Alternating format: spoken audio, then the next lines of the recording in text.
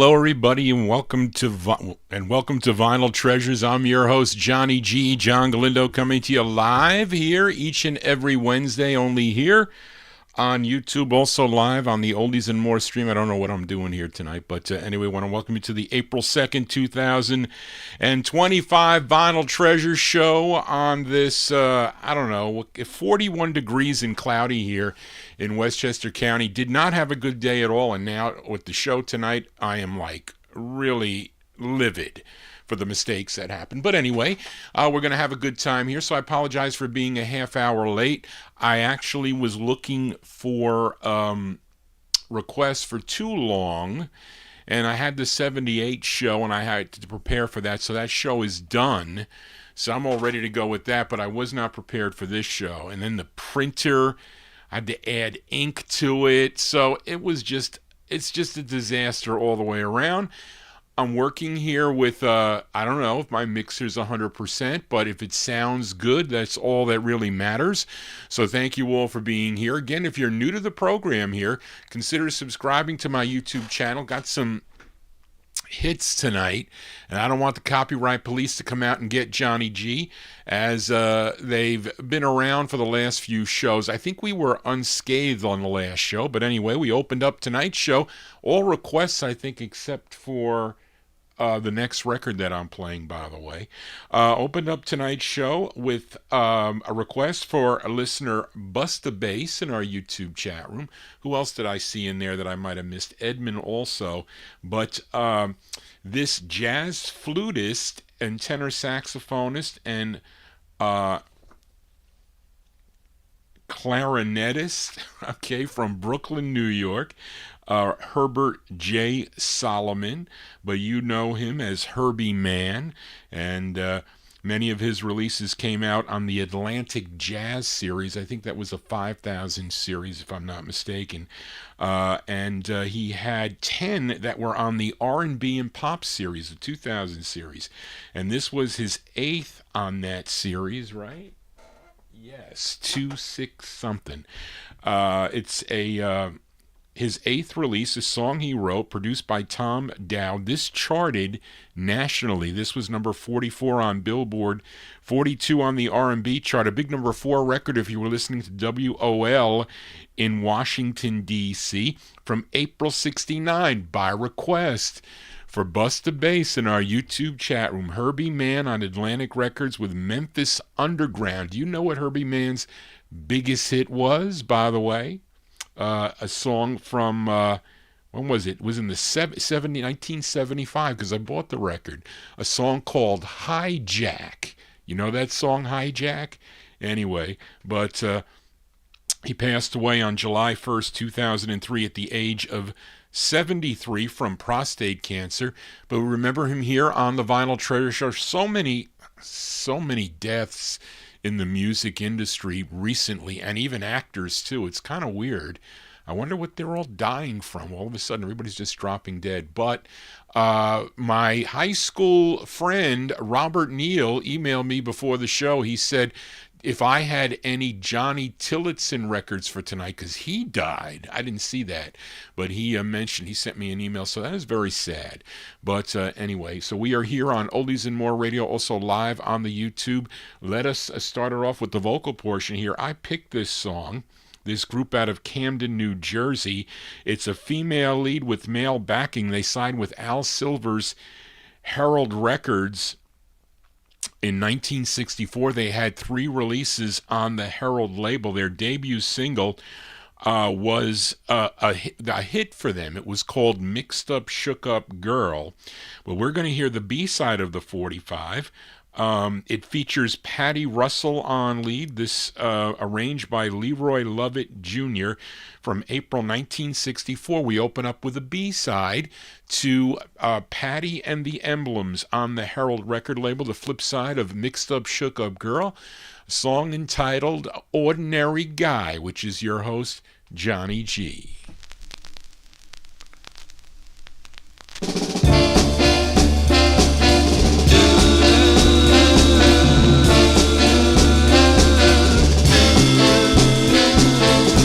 My guy is an ordinary guy. He loves me and I'm satisfied.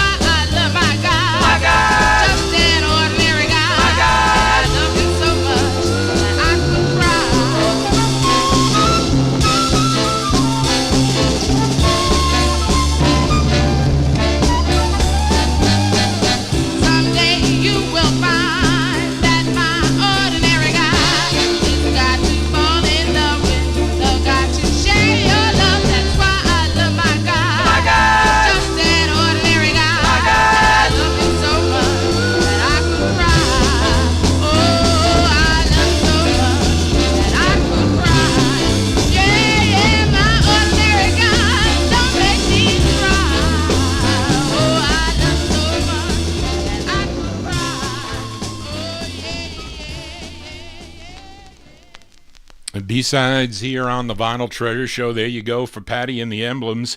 April 1964. That's Patty Russell on lead. That's the B-side to their debut single. Came out on the Herald record label. A song entitled Ordinary Guy. The A-side was called Mixed Up Shook Up Girl, which is a cool tune. But let us continue here.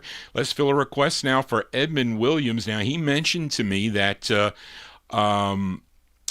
is it today, Charlene? I don't know. Well, Marvin Gaye's birthday, I think, would have been today, April 2nd. Actually, this day, he would have been 86 years old, so I got a couple of 45s to play by. I figured I'd get them in early because the copyright police usually don't bother me at this early stage. But this is a request for Edmund Williams as we celebrate. Well, we don't want to really celebrate, but it would have been Marvin Gaye's birthday today. Unfortunate thing that would happen to him. But he was first a member of the Marquis, backed up Billy Stewart. I played that 45 on the Saturday night show. I think Paul Michel requested that tune on OK Records. What was it called? I pray. I forget. Johnny G is losing his mind tonight. But anyway, he was originally from Washington, D.C. First sang with a group called the Marquis. And let's see here. He would head to Detroit in 1960 and sign with Berry Gordy Jr.'s Tamla record label. Had about 53 releases through 1986, which included lots of duets there with, of course, Tammy Terrell. And I think he sang with Mary Wells and Diana Ross and who am I missing? Kim Weston. Yes, the Girls. I think there's a CD, Marvin and His Girls, I think, or some LP. But this is his 9th release that Edmund requested. This is the Holland Dozier Holland Penn tune produced by Holland Dozier Holland. This charted number 15 on Billboard, 3 on the R&B chart, number 2 on KMEN. If you were listening in San Bernardino, California, for Edmund Williams, February 64, Marvin Gaye with You're a Wonderful One.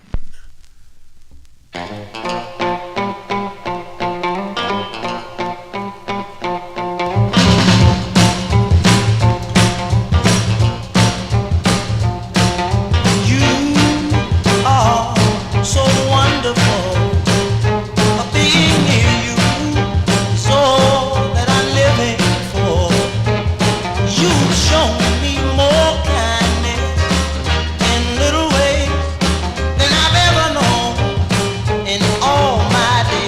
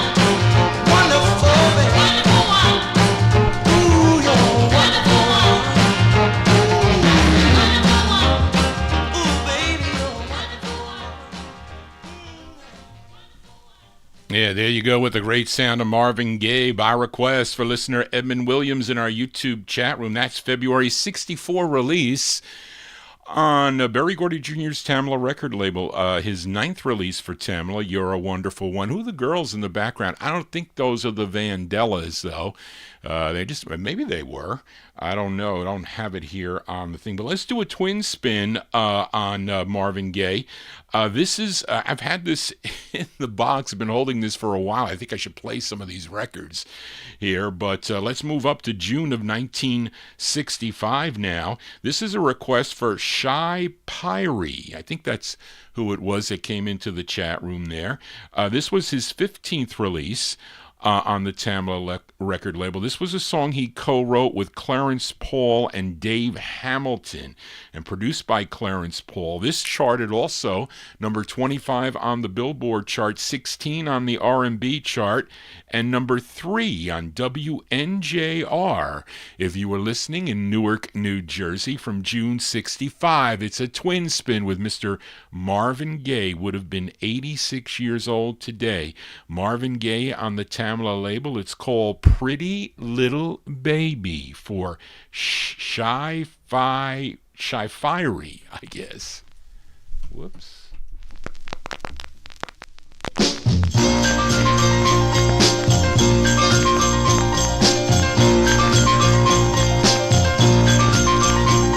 Darling, please stay, don't go away. If you need me, what a heartache, for heaven's sake. Don't you need me? Don't leave me blue of wanting you. How could I live? Don't be untrue. What could I do? Don't you know you gave me the world, little girl, when you gave me your love. So if you take your love, you take my world with you too.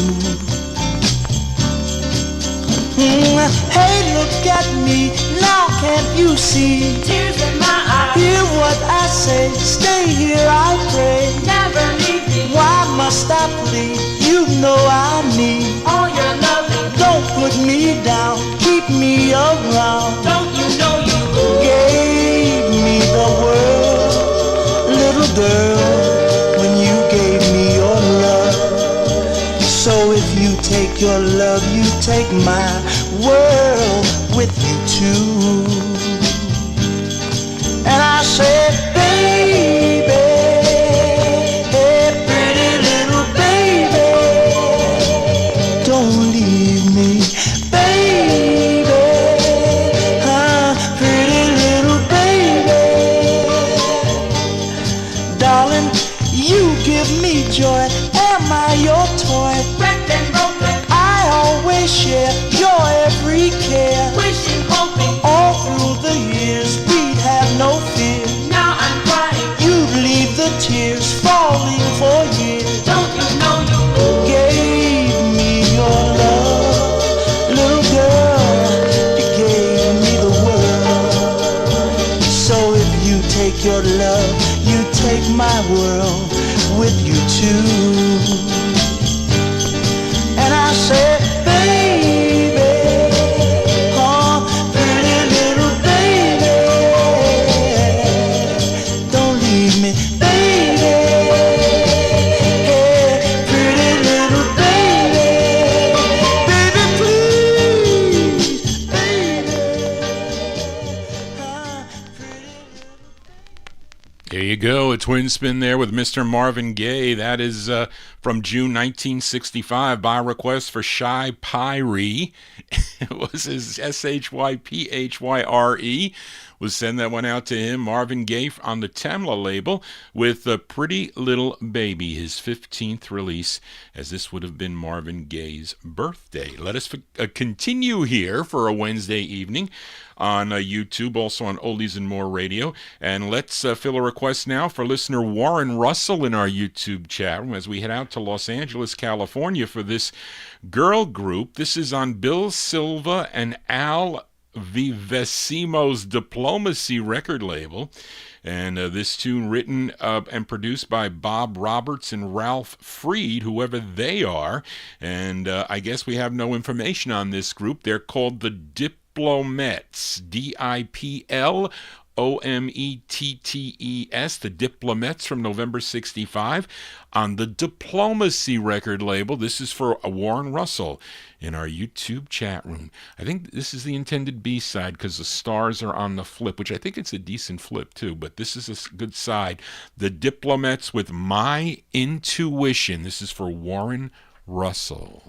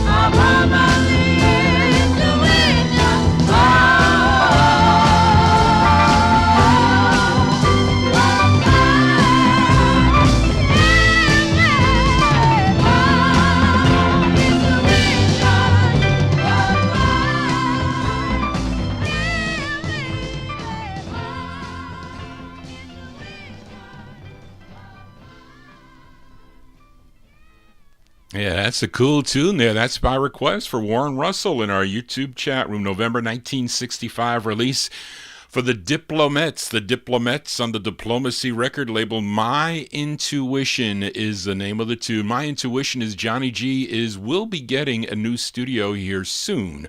I'm waiting for the contact. They have the information, and they need a couple days to get back to me on that. So we're gonna see how this turns out here, because I'm kind of like I'm not in my normal groove that I usually get into, because I can't hear my voice. So sometimes if I'm a little bit too loud is because and I want to look over at the meters there, so I can't hear it. And I think it's the mixer. I think it's a lot of things, but the only thing I'm going to try to get everything new, and maybe it'll even be a new setup. So maybe it's going to be set up differently, because I'm going to be getting I plan on getting a CD player and also a DVD player for potential videos of live acts, or I should say, maybe things you've never seen before. That may be cool in the production. And the CD is not for me to play CDs, possibly for unreleased material, finally, or for new acts that they never had anything out on a 45. So a lot of times I get contacted by groups that are singing now that don't have records, and others do have records, so they'll mail them to me, but some they don't. And also maybe for interviews that are only on DVD or CD, and with special guests that come here to the program. So maybe with another type of audio system, and maybe a different webcam, so I can kind kind of have to do my own producing here, go to the different shots and everything, so I don't have to manually move it because we're getting bigger and better here. So I think that would be cool. Wouldn't it be cool? So anyway, but we're going to keep the same turntables because I still want to keep this sound. I don't want to change the sound. And so I have to, and I don't know if it's, maybe my tuner is good and just this mixer's no good. So I don't know. But anyway, let's continue here, and let's fill a request now for Chris Reed in our YouTube chat room. And I had this to play. I scanned this. I didn't have time to make any scans this week. But if you go to my Facebook page, you'll see the scan from last week. And I know Stereo Tom is a big fan of this record here. And I don't know what this record sells for now, but Greg Surik sold me this 45. I think he charged me $250 for it, $250 or $300 for this record. But it's the vinyl press.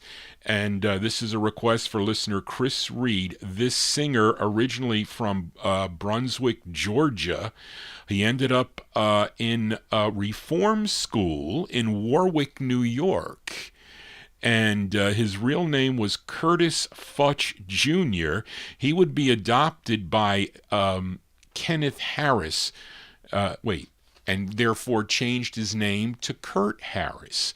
And in 1958, he was a member of a vocal group. They were known as the Capitals, which I have that 45. They recorded for the Pet record label. He would go solo in 1962, first with 2 releases on the Josie label. And then this one,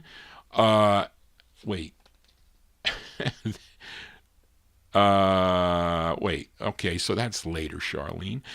This is so here he is on the New York City Diamond record label. I forget who owns this. Don Folletti told me, Charlene doesn't have it. January 1964. This is by request for Chris Reed. This is Curt Harris on the Diamond record label. It's called Emperor of My Baby's Heart. This is for Chris Reed.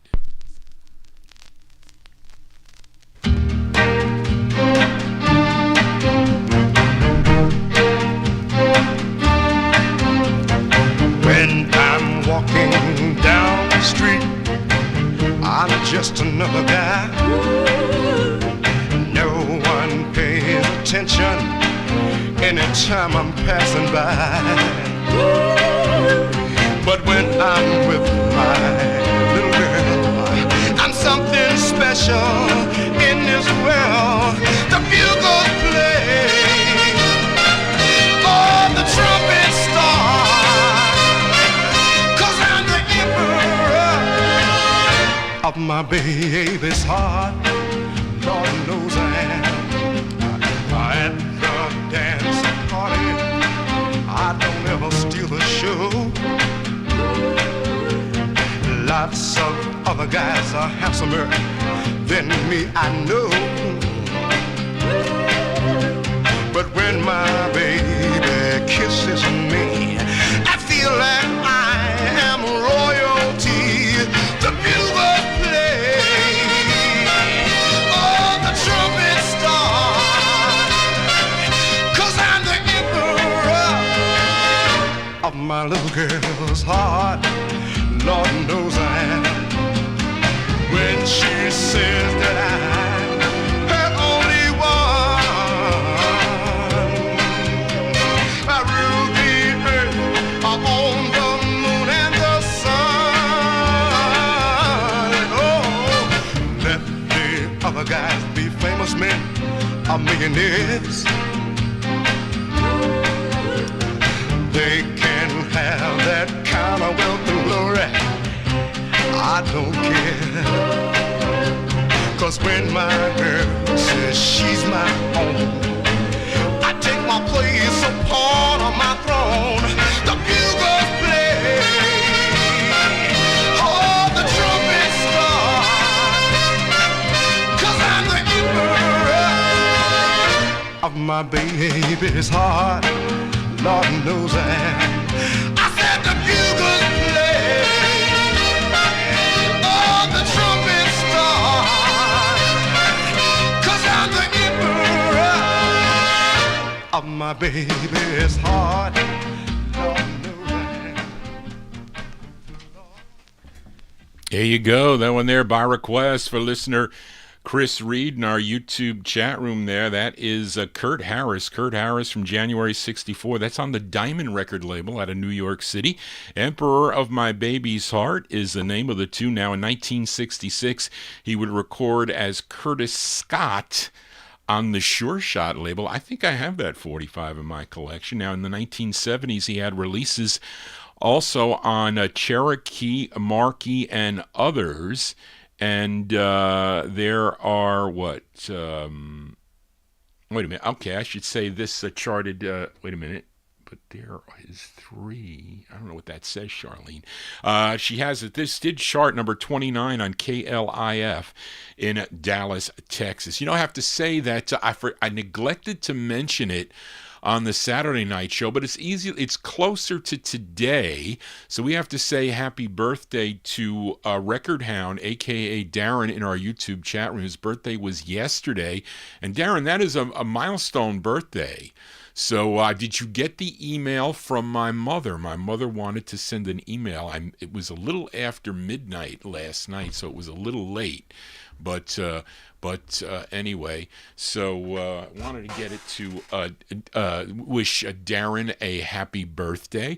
And, of course, he's a big fan of the Vinyltreasure show. Let's continue here on the Vinyltreasure show. Let's fill a request now for James Brown in our YouTube chat room. This gal, born in Oakland, California, she would relocate to Chicago. And I think I played a record for her last week for MOTOWN, I think. But her biggest hit was on the Brunswick record label in 1968. It was called Love Makes a Woman. Now, James requested her 10th release. And this is from October of 1969. By the way, she had 16 releases on the label. 3 were with duets with Gene Chandler. But this is her 10th release. This charted number 30 on Billboard. And also 30, it was, wait a minute, it was number 30 on the Billboard R&B chart, I should say, number 37 on KSOL out of San Francisco, California, and a song she wrote together with Eugene Record. He was, of course, a member of the Shy-Lights. Let's go to October of 1969. By request for James Brown, Miss Barbara Acklin. Barbara Acklin on Brunswick Records. It's called After You for James.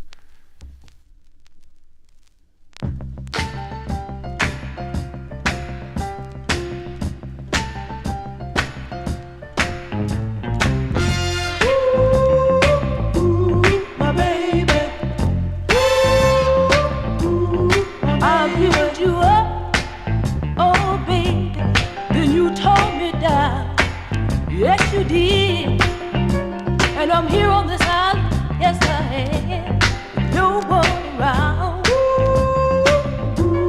My baby, I've got to regroup and get myself together. Now that you go, I gotta do better. But after you, oh baby, my baby, after you, oh honey, my baby, then who? Tell me, baby, then who? You played with my heart, yes you did, but you knew I was wise. My baby, all I could hear was I'm sorry's an alibi. My baby, you're a leading situation, and I've wasted a lot of time looking for another life. I know we'll be mine, but after you, oh baby, after you, oh honey, then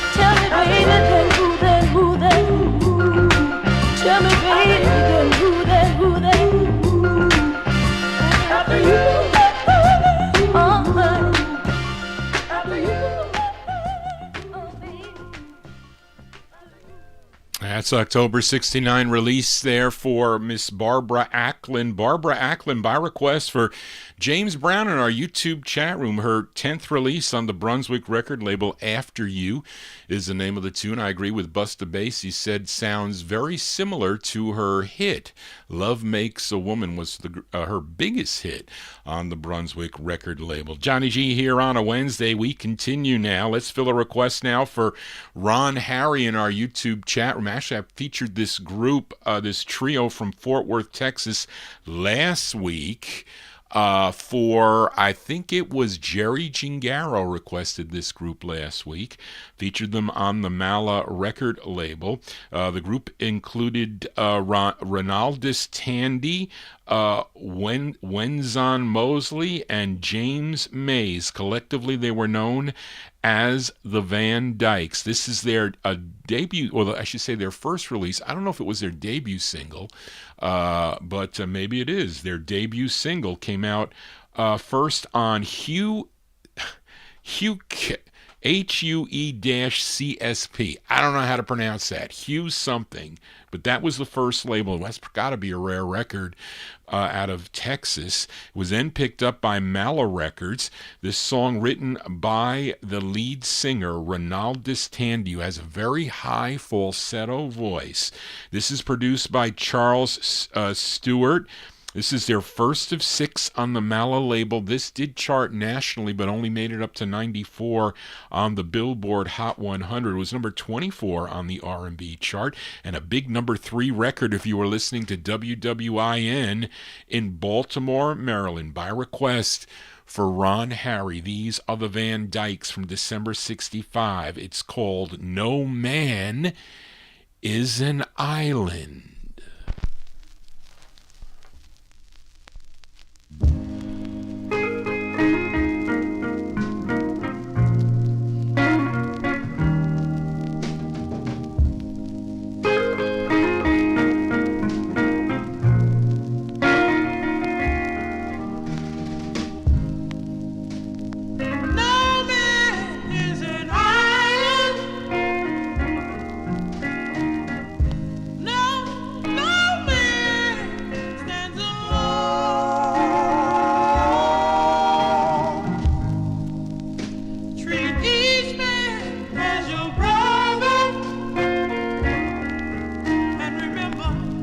Each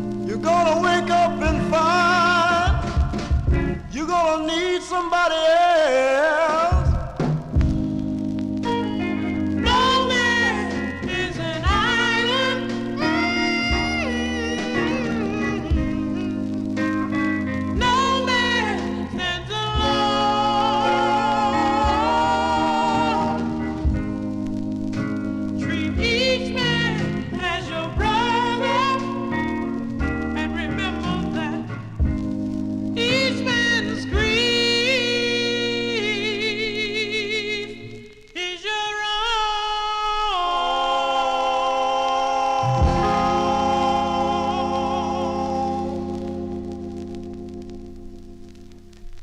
Yeah, good to the last drop there. Those are the Van Dykes, Ronaldus Tandy on lead. That's their first of 6 on the Mala record label. It's a painted on label, which I have. I hate styrene. Johnny G hates styrene. I got to get t-shirts. Amy wants me to get t-shirts made up. December 1965, the Van Dykes, by request for Ron Harry. No Man is an Island is the name of the tune. I can't remember the last time I went to an island. I cannot remember, but let us continue here. Let's fill a request for David Silberg in our YouTube chat room, and he requested a Sam Cooke, and this was on his SAR label. Sam Cooke owned the SAR record label, and this lots of great tunes on the label in general, and this tune written by Sam Cooke, and my copy has radio station WKMC on it. Where was that? Daryl, where was WKMC? I don't know where that station's from, but the tune, that's written in red magic marker. And if anybody knows where that is. But this record charted number 15 on KWOS, which was out of Jefferson City, Missouri. Let's go to November of 1961 by request for David Silberg, the great Sam Cooke. I think this is in a commercial, if I'm not mistaken. This is on his SAR record label. The song is called Just for You, and this is just for David Silberg, Sam Cooke.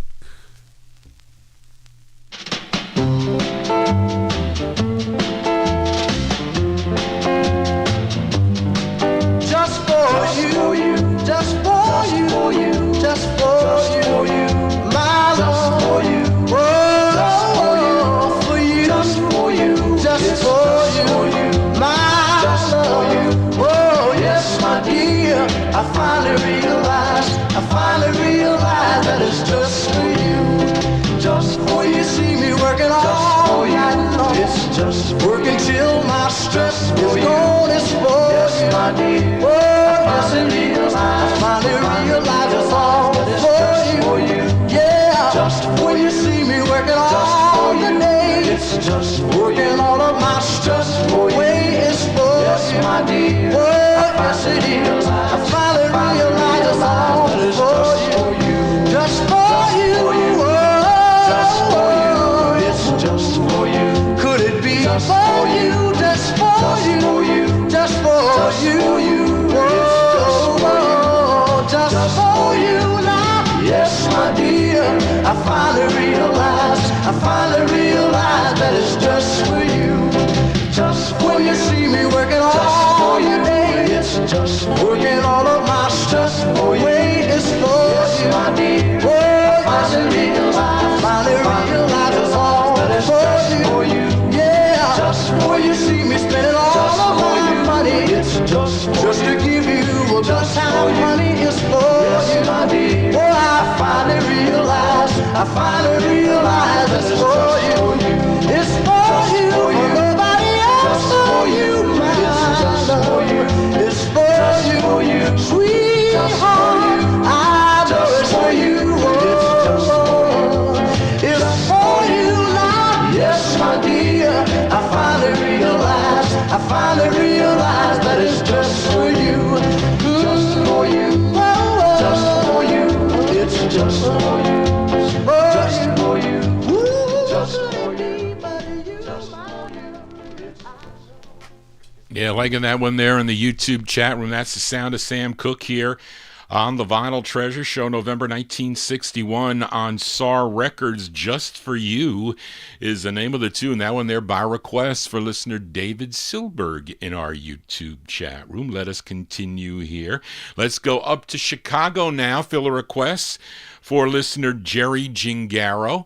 He's got to say hi to Frank and Jerry Gingaro tuned into the program. She requested this tune, the group's second, well, I should say, this is the group's debut single on the Windy C record label. Now, Windy C Records, that was owned by that was owned by Curtis Mayfield. The group was discovered by Fred Cash of The Impressions, had them audition for Curtis Mayfield, and he liked them and signed them to his new Windy Sea label. The group's second, well, let me see. I don't know, Charlene, that needed to be removed. But anyway, this is from March of 1966.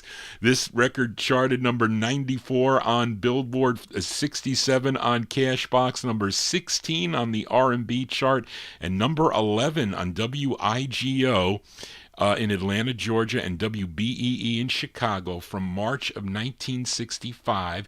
These are the 5 Stairsteps. Lead singer here. Yes, it features Clarence Burke Jr. on lead. You know, their father managed the group, Clarence Burke Sr., but this is their first release. But for Jerry Gingaro, the 5 Stairsteps, it's called You Waited Too Long. The 5 Stairsteps for Jerry Gingaro.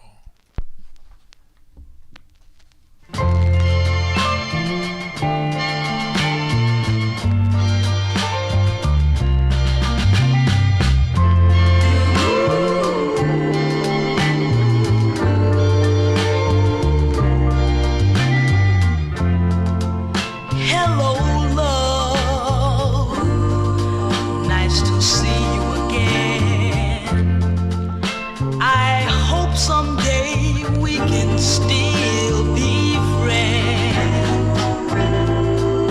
I know this line won't help you feel better, but a love you don't see just can't last forever. You've waited too long.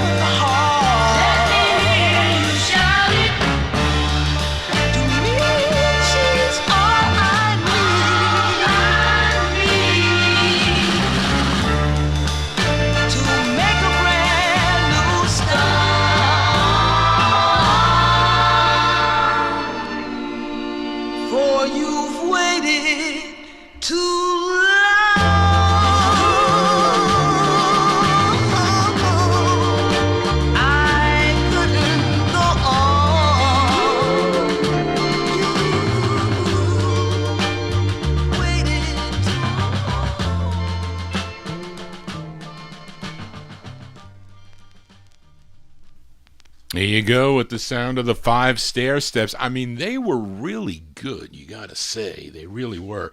By request for listener Jerry Gingaro, and I've tuned in with Frank Gingaro. They're tuned into the program, probably watching Johnny G on their TV, maybe. But this is March 1966 release. That's their debut single on Curtis Mayfield's Windy Sea label. I think it became Windy City, I think, later on. And that is Clarence Burke Jr. on lead, the 5 Stairsteps with You Waited Too long. I apologize for being late, and hopefully you didn't wait too long for Johnny G, but some things are worth waiting for, aren't they, as we continue here. And let's fill a request now for Mark McHugh in the UK, as he requested this. I think I played this artist last week, if I'm not mistaken.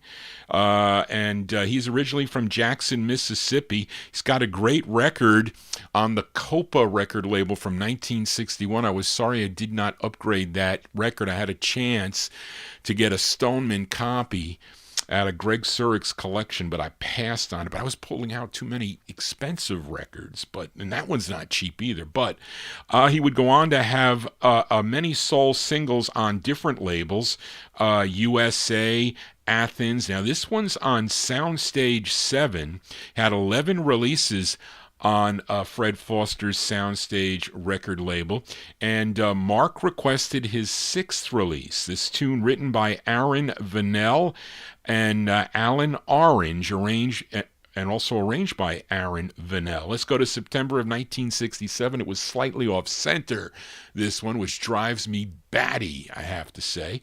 But let's go to September 67 for Mark McHugh, Mr. Sam Baker. Sam Baker on Soundstage 7. It's called I'm Number One for Mark McHugh.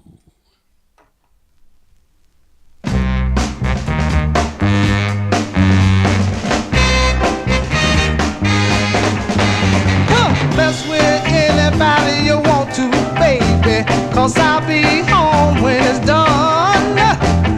There can only be number 2 or 3, 'cause I know I'm number 1. Now in my heart, baby, and in your mind, baby, and in your soul, baby. Oh, I know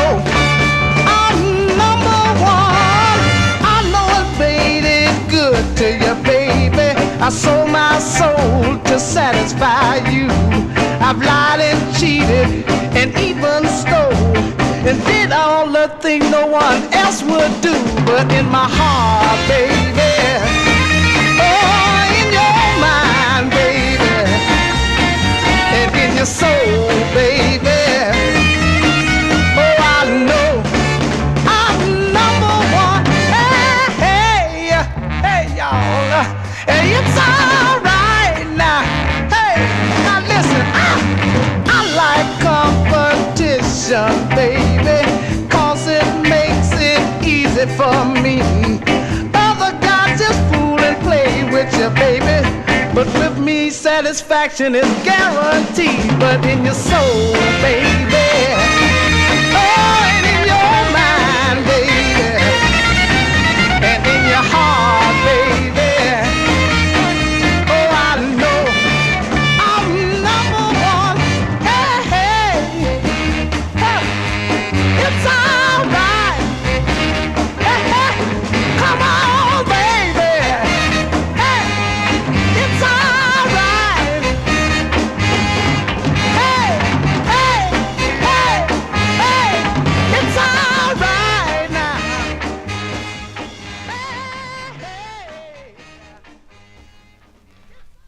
There you go, Mr. Sam Baker. Sam Baker for September 1967. That was his 6th release on the Soundstage record, on the Soundstage 7 record label. I'm Number One is the name of the tune. That one they're going out to Mark McHugh over in the UK. Let's do a twin spin, as last week in the chat room, who'd we have? I forget. We had someone by the name of WDB who said, I think he said he just picked up this 45 by Sam Baker and he liked the tune. So we just heard his 6th release. Let's give a listen to his 9th release on Fred Foster's Soundstage record label. Now this song, what is it? Charlene, did you have the typo? Christopher Yes. Yes, Charlene, you got a typo there. If I said that, I would have been laughed at. But this tune, now, is this a country tune? I'm going to ask the people out there. Chris Christopherson wrote this tune, so I'm guessing this might have been a country tune originally. But let's give a listen to Sam Baker here, a twin spin from October 1968 on Soundstage 7. This is for WDB. It's called Sugar Man.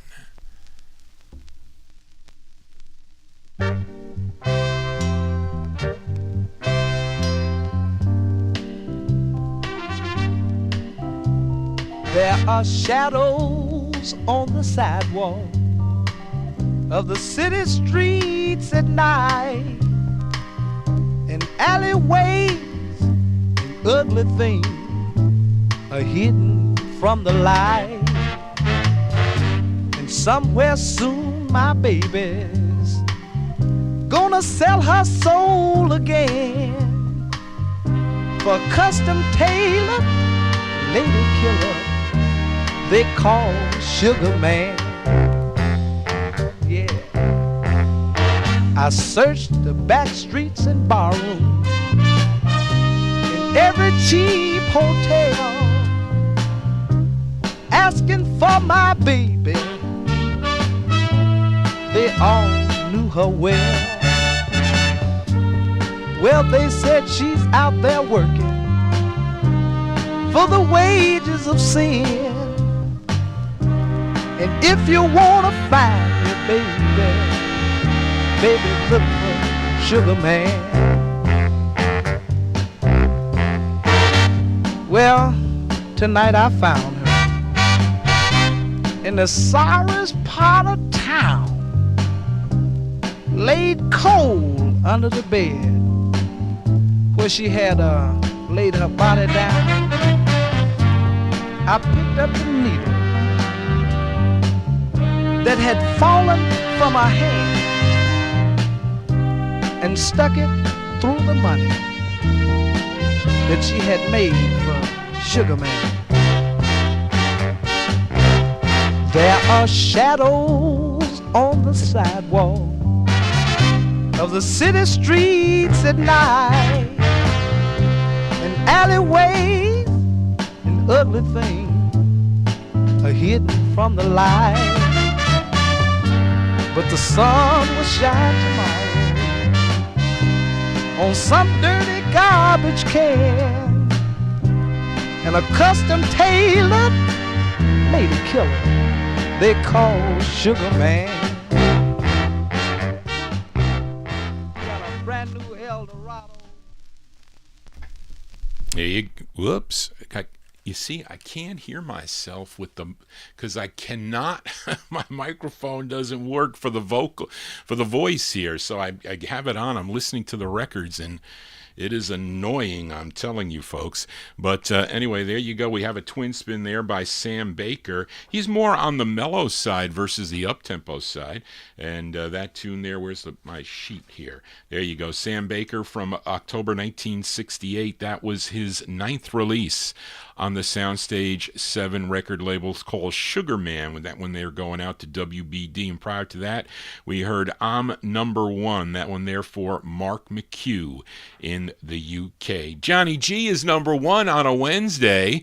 We've been getting lots of people coming to the show here. So again, if you're new to the program, please consider subscribing and click that bell to get notifications and give me a thumbs up. I get away with a lot more with the subscribers. The copyright police, they kind of lay off me if I have a lot of, it's a lot of people tuned in and a lot of hours watched. So the owners of the copyright, they like that. This is a labor of love for your host.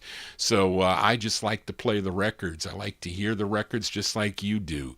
But sometimes I babble on too much, but that is me. Let us continue here. And I had this in the box to play for Oldies Fan for a while. So this is a request for listener Joseph Smith, oldies fan, in our YouTube chat. And we go back to Detroit, Michigan, and we go back to Berry Gordy Jr.'s Tamla record label. And you know this group. They first began recording back in 1958, actually for George Goldner's End label. But they were under the direction at the time of Berry Gordy Jr. Then in 1959, they had a cool record on MOTOWN #1. It was called Bad Girl. I have a trashed copy of that, but I do have it. It came out locally on the MOTOWN record label. I think it was picked up nationally by Chess Records, though, so you may have it on Chess. But they moved over to the Tamla label. Now, this was their 14th release for the Tamla label, co-written by the lead singer, Smokey Robinson. This charted number 27 on Billboard, 25 on Cashbox, 9 on the R&B chart, and this was a big #1 record if you were tuned in to KATZ in St. Louis, Missouri from June 64 for Joseph Smith, a.k.a. Oldies Fan, The Miracles with I Like It Like That.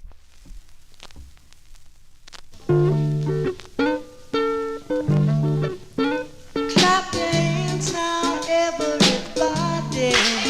We're gonna have some fun tonight.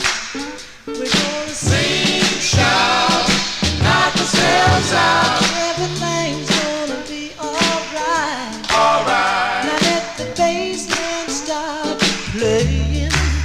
He's gonna come in right on time. He's gonna add the beat to make it pat your feet. Everything's gonna work out fine. Say, I like it like that. I like it like that. I like it like that. I like it like that. Oh, that's really sad, and I like it like that. Now every man find yourself a woman. She doesn't have to be a beauty queen. If when she holds you tight, she makes you feel alright. Any man that I've ever seen has got to say, I like it like that. I like it like that. Oh, I like it like that. I like it like that. Oh, that I'm trying to tell you. That's where it's at. Oh, that's where it's at. And I like it like that.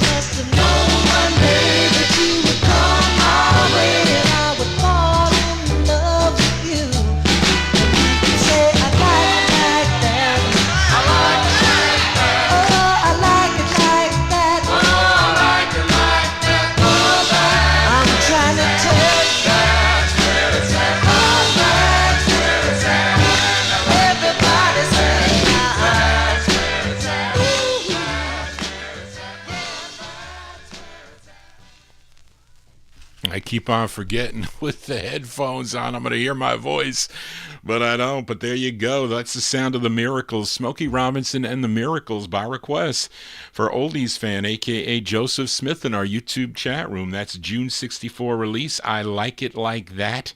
That one there, their 14th release on the Tamla record label. Let us continue here, and let us fill a request now for listener Leonard Mancini in our YouTube chat room. And I'm pretty sure this next group, they are from the Bay Area out in California. And this record, I think, first came out originally on the Vardan label, because I got the date was April of 1965, as The Emotions.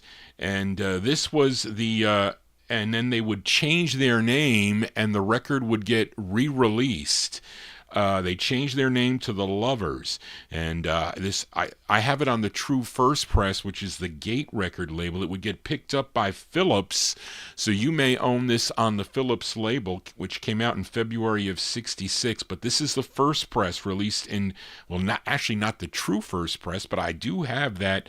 The Vardan releases the Emotions, but for some reason this one goes for a lot of money. I don't know. I don't think I paid a lot for the other release, but this one's a little bit pricey. From December '65, by request for Leonard Mancini. This charted number 29, and probably the Philips release charted number 29 on WBEE in Chicago. This tune, written by the lead singer of the group, his name is Otis McHenry. From December '65, going out to Leonard Mancini. These are the Lovers. The Lovers on Gate. It's called Do This For Me, for Leonard. We've been in the service now, friends will always be. You're going back to our hometown. Do this for me.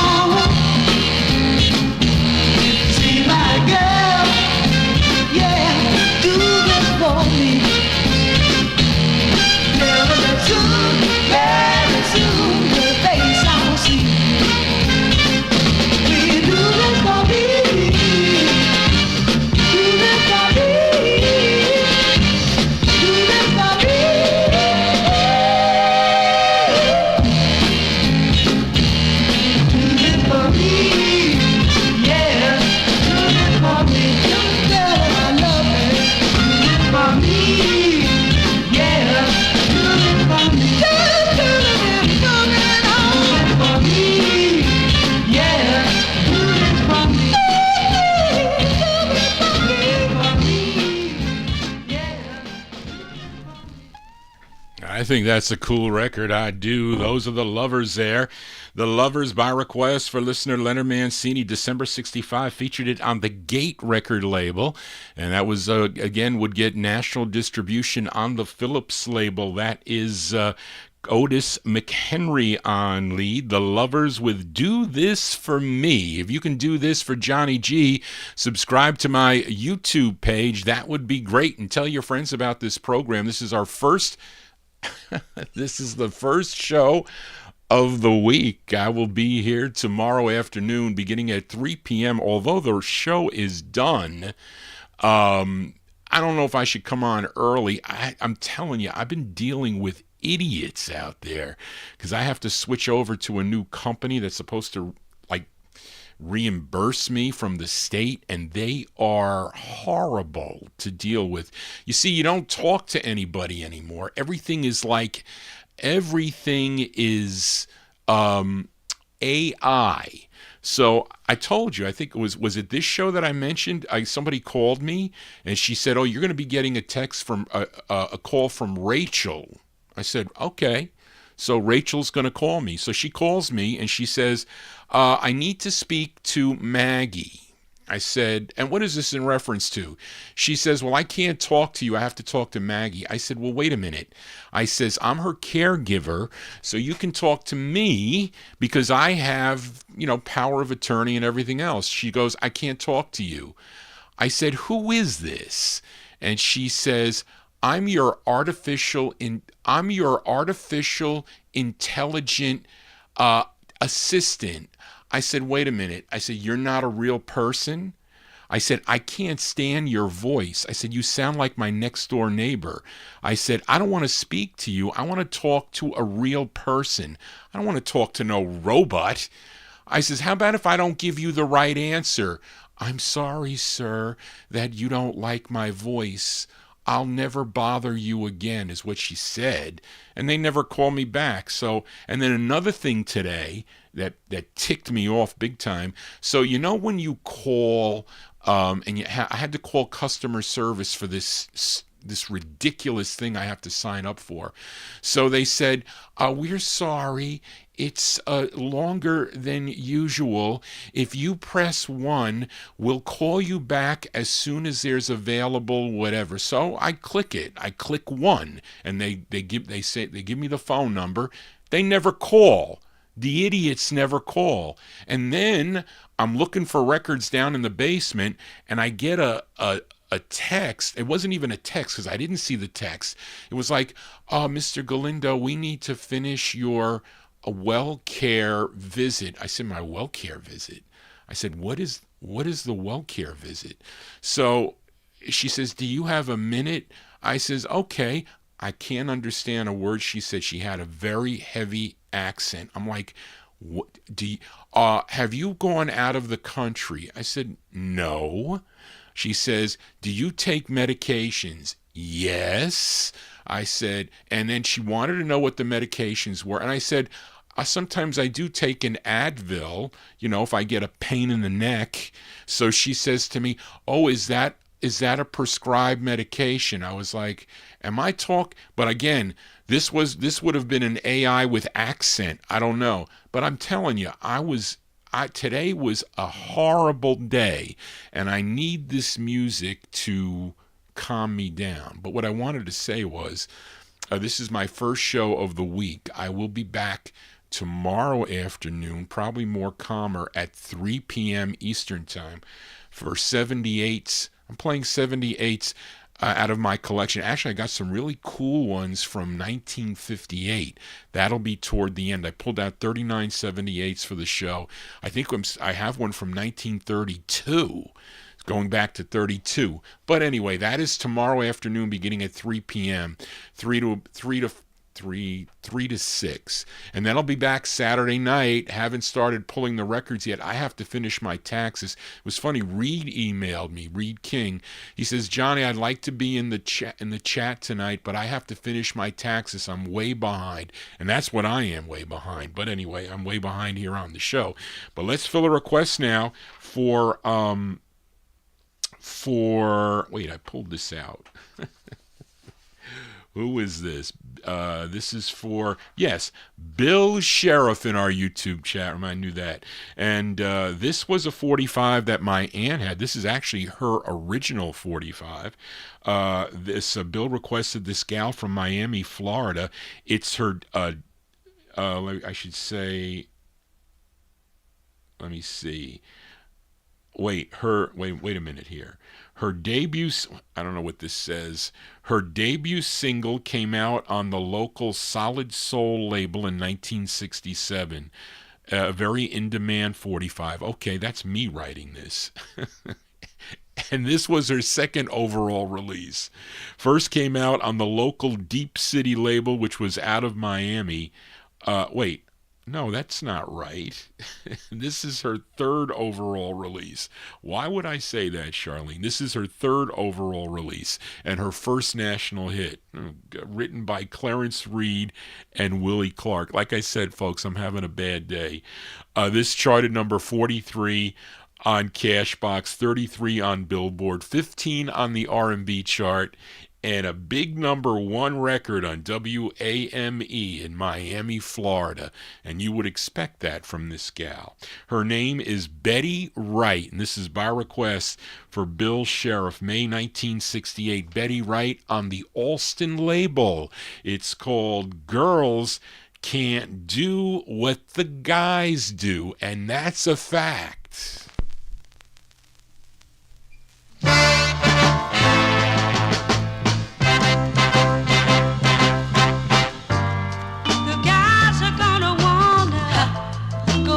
Sometimes, but girls, you must not let it get you down. Just take this advice I give you, just like a mother. You try to match your guys to for don't try to do the things that the guys know. Those girls, you can't do what the guys do know and still be a lady. Girls, you can't do what the guys do know and still be a lady. No. Oh. And listen, girls, when you give your heart away, you can easily be hurt. And the least little wrong he does always seems like dirt. So take this advice I give you, just like a mother. You try to match a man's for dirt. Don't try to do the thing up in the dirt. Those girls, you can't do what the guys do know and still be a lady. Girls, you can't do what the guys do know and still be a lady. No. Oh. When you put your faith in one guy, sometimes he'll make you happy, sometimes he'll make you cry. But don't lose your self-respect trying to get revenge, 'cause no matter how you do it, don't try to lose that in the end. Those girls, you can't do what the guys do know and still be a lady. Girls, you can't do what the guys do know and still be a lady. No. I like that record a lot. I do. That's because I remember my aunt playing that record for me. There you go. That one there by request for Bill Sheriff in our YouTube chat room. May 1968 release. That's Miss Betty Wright. Did I say Everett? No, Betty Wright. Betty Wright on the Alston label. Girls Can't Do What the Guys Do is the name of the tune. And we continue here. Now, you know, she has lots of records, too, through 1979 on this Alston record label. But let us continue here. Let's fill a request now for listener Adrian Viterbo, as I need my page 1 here. Yes, I do. And here we go. And this is, I think did you request this group last week, Adrian? I think you did. But this is a tenor saxophonist band leader from New Orleans, Louisiana. Formed his band back in '61. After leaving the service and moving to Montgomery, Alabama. He signed with Leonard Chess's Checker record label, had 5 releases on the Checker label.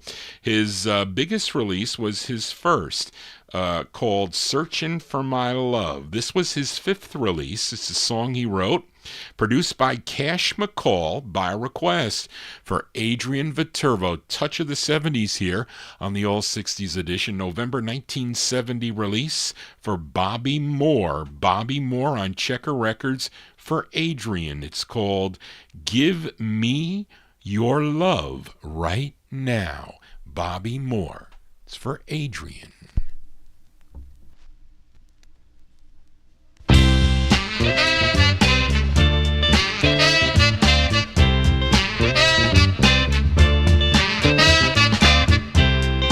I feel the same sensation that you feel. You need love just like I do, I can tell. Take it from me, girl, I won't ever do you wrong, but have a little faith in me. Come on and give me your love, I need it right now.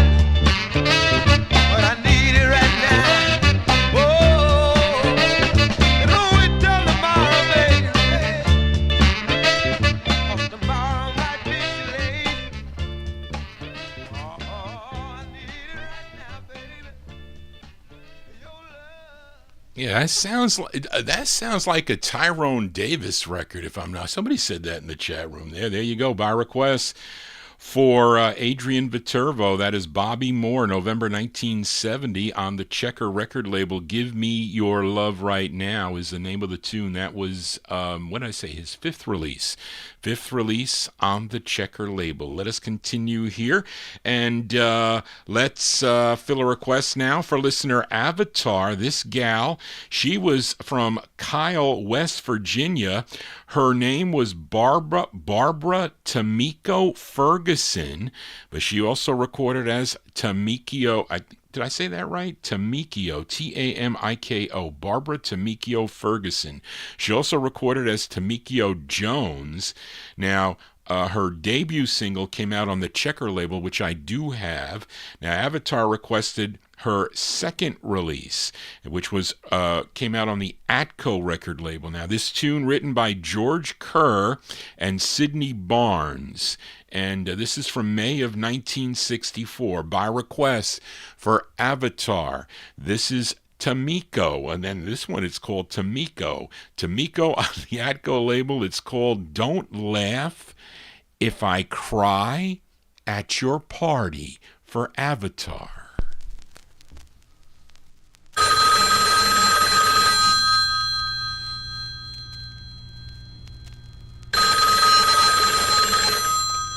Hello? Hello, Tamika? Yes? This is George. Will you come to my party? Yes, I'll be there at your party, 'cause you invited me. But I only stay for a short while, so do this for me. Oh, don't laugh if I cry at your party. Oh, no, no, no, no. Don't laugh if I cry at your party. Oh, no. A year ago today, we celebrated this way. Now it's so hard to take. Someone else is cutting your cake. Oh, don't laugh if I cry at your party. Oh, no, no, no, no. Don't laugh if I cry at your party. Oh, no. I guess you think that I still love you. Well, don't you? Yes, I do. That's why I'm so afraid I'll cry when I see you kissing her. So I wish happiness to you. I'll force a smile or two with the tear on my closet. This I beg of you. Oh, don't laugh if I cry at your party. Oh, no, no, no, no. Don't laugh if I cry at your party. Oh, no, no, no, no. Don't laugh if I cry at your party. Oh, no. Maybe she's trying a little bit like Barbara Lewis, maybe a little bit there, but that's a nice tune there. That one there by request for Avatar, May 1964 release for Tamiko. It's actually Timiko, but she is really a Tamiko Jones there on Atco Records. Don't Laugh If I Cry at Your Party. She has later releases on Golden World, also Atlantic, and the December label, which I think I have one, and also on A&M Records. Johnny G here on a Wednesday. As we continue here, let's fill a request for listener Mnon, and this, wait a second, I lost my place. What did I do here? Oh, here we go. This This next tune, what did I write here, Charlene? This is what I said here. So this is a request for M9, and I wrote this up. They said, this next song reminds me of a girl group, the Crystals. But in actuality, they are two 12-year-old twin boys by the name of Tyrone and Jerome Aubry. And they're out of New Orleans, Louisiana. And their debut single came out in 1963 on the Chase label. And let me see, they had one on Jamie Records, and then they did two for ABC Paramount Records. Now, Amnon requested their first, actually both sides of this. And I forget how this sounded, but this is their first of two. Interesting that it's arranged by Ray Stevens. And I like Ray. I like anything with Ray Stevens on the label. I just think and his ballads. I don't like his novelties, but I do like his serious records, and he was a very serious writer too. But to me, they sound like girls, but they're two guys, and they're 12 years old, and they're called the Aubry Twins. And let's go to February of 1964 by request for listener Amnon, the Aubry Twins on ABC Paramount, and maybe they sound like girls. It's called Hoot. It's called Hoot Hoot Night Owl, the Aubry Twins for Amnon.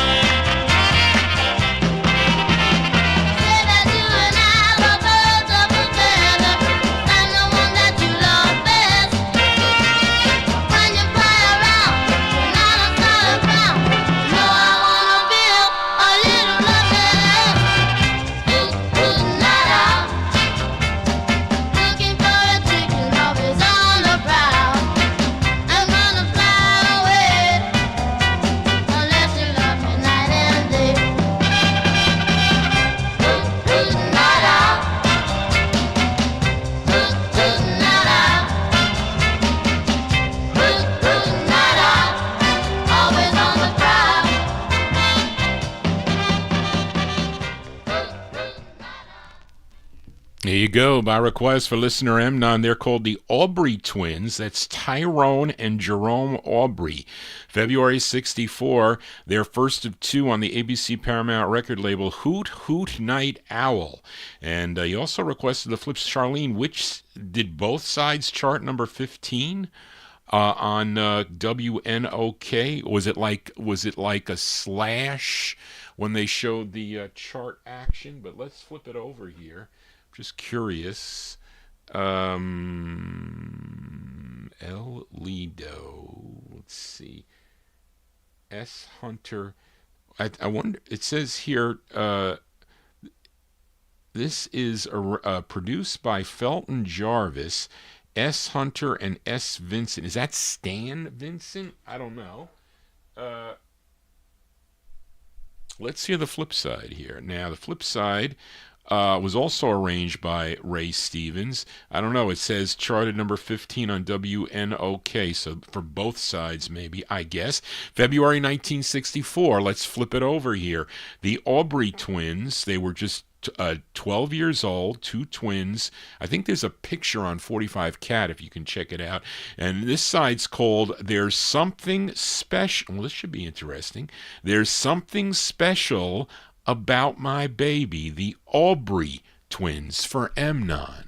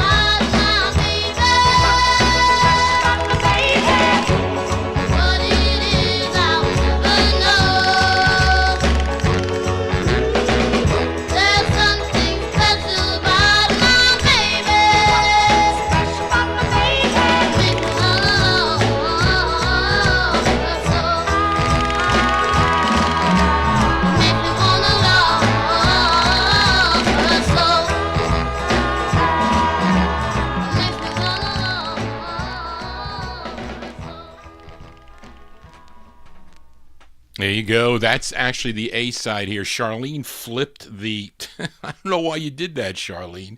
That side sounds like the Crystals, so she put the other one on that. So that's not right. But anyway, February 1964. There's Something Special About My Baby. They're sounding like the Crystals on that side. That's what that right up above meant for that record. So she had it backwards, and it was unfortunate that. Well, I should say, really not unfortunate, but their voices did mature, okay, and they would have more soulful releases. They really do on the Epic Records and MGM. But it was unfortunate, though, that Tyrone, one of the twins, died on April 24th, 2009 in an auto accident. And then I don't know what happened to the other twin. But anyway, there you go. That one there going out to listener MOTOWN. Let us continue here. Let's fill a request for listener Bill Olben, New Jersey, as he requested a B-side here for James Brown and the Famous Flames. Of course, lots of releases on Sid Nathan's King record label. This was a tune that he wrote. Now, the A side of this, wait a minute here. What does she have here? I don't know here. Wait a minute. It says here, written by James Brown. This side was re-released again as an A side in 1966 with a different flip. But what I really should have been here, should have been the A-side of this, was a song called Shout and Shimmy. So Shout and Shimmy was the A-side, and then Bill requested the B-side that would be re-released later on. So this one, though, is from June of 62 originally. James Brown and the Famous Flames, by request for Bill Olb. It's called Come Over Here for Bill.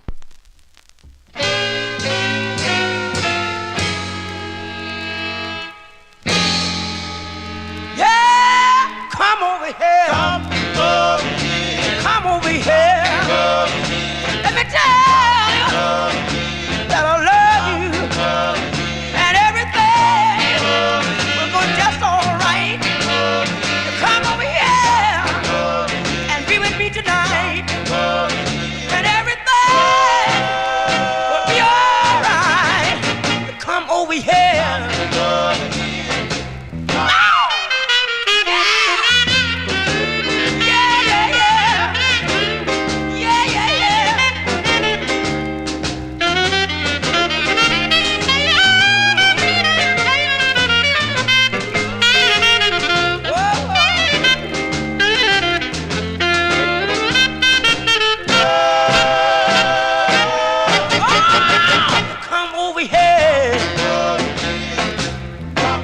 You know, I want you so bad.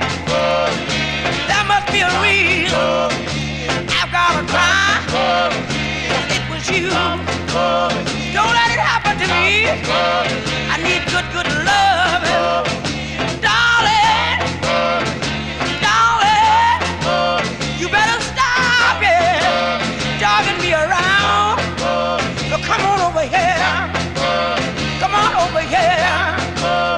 So you got the power, you got the power, and you better think, I want you please, please, please, please, listen to me. This old heart can't stand no more. So please, please, please, please, tell me what I did wrong. Walk right up to me, baby. Please, please, please. Oh, yeah, yeah, yeah. I said, please, please, try me, try me, try me, try me, try me, and everything will be all right. Oh, come over here.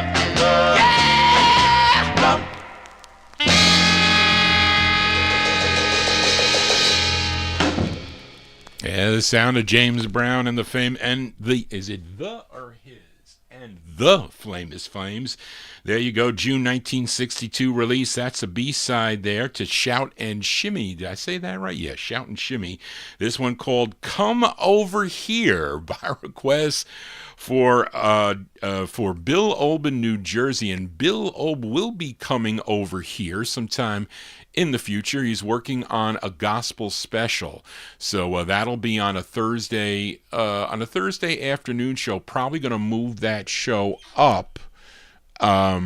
So I need to, for me to prepare for the 78 show, I need extra time till 3 o'clock. But when we do the show, when Bill comes here, or any special guests that I have here in the studio, we'll move it up to 1 o'clock. Sometimes it's too late for guests to come here. Although I did have John Clemente here. I had Rich Sabello and John Clemente here at on a Saturday night show here a while back. But anyway, so Bill will be my in-studio guest sometime soon, but I have to get the studio up and running first. So I'm waiting for them to get back to me with their proposal. So we shall see. But let us continue here for a Wednesday evening right here on Oldies and More Radio, also live on YouTube, as we fill a request now for Jean Marie DiMartini. He's one of my listeners in Belgium, and he's going to hear this on the on the archive. He requested this group out of Harlem, New York. I normally feature them on my Saturday night show, but this was a later one they do on Jerry Blaine's Josie record label. I'm talking about the Cadillacs. They were known as the original Cadillacs on this one. This was their very last release on the Josie record label, and this tune written by Earl Wade, Charles Brooks, and Bobby Phillips. Who's A. Glanton, Charlene? I don't know who that is, but maybe Earl Wade is doing lead on this one here from November 1963, going out to Jean Marie in Belgium, the original Cadillacs on Josie. It's called I'll Never Let You Go. This is for Jean Marie in Belgium.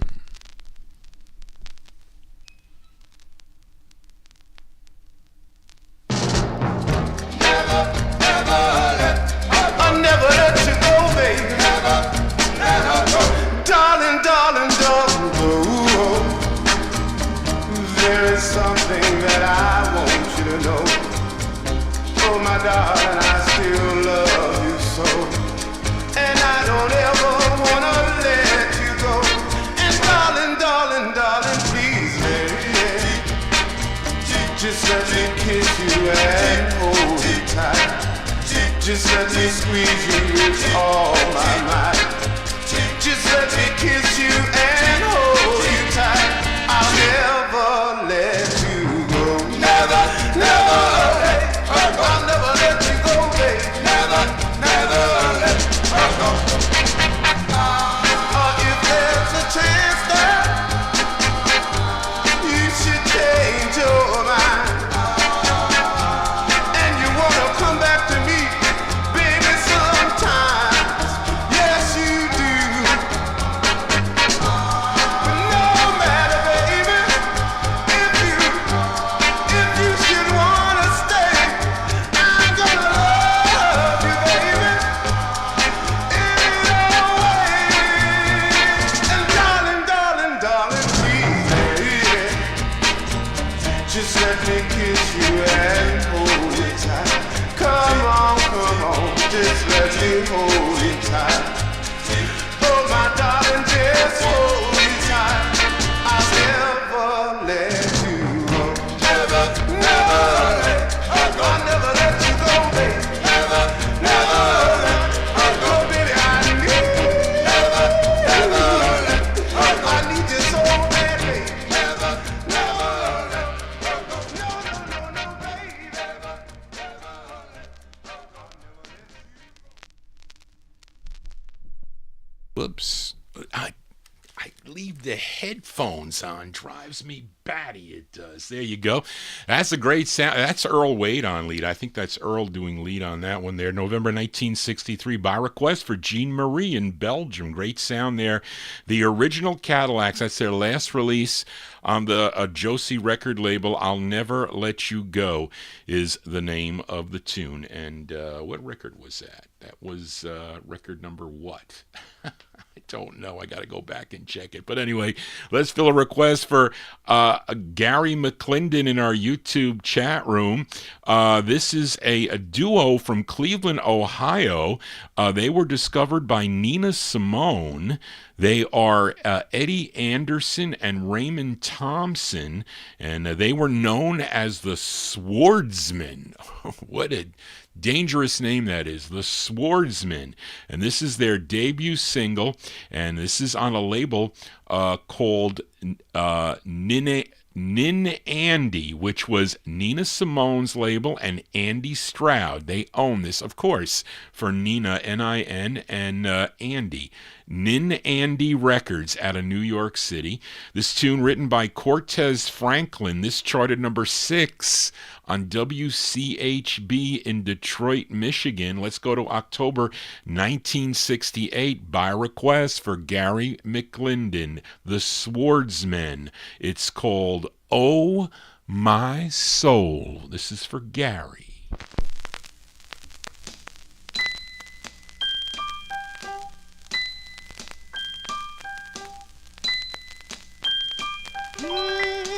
Give me just a little bit, baby, of your your sweet sunshine. Yeah. Let me hold your hands, child. Tell me that you understand. Woo!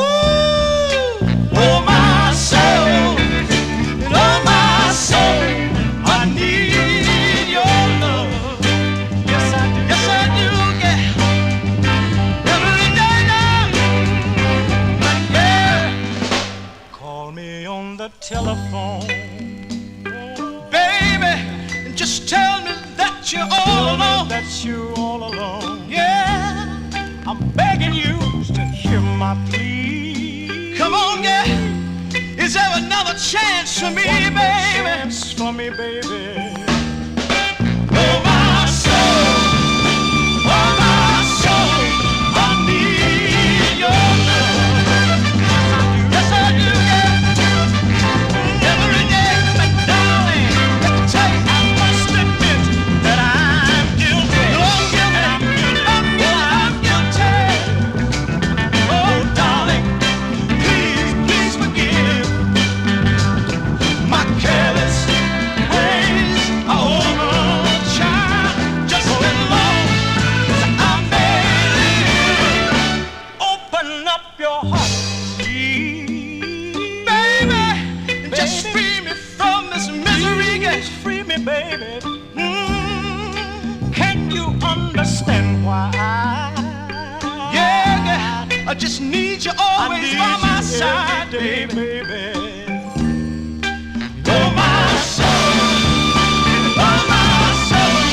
I need your love.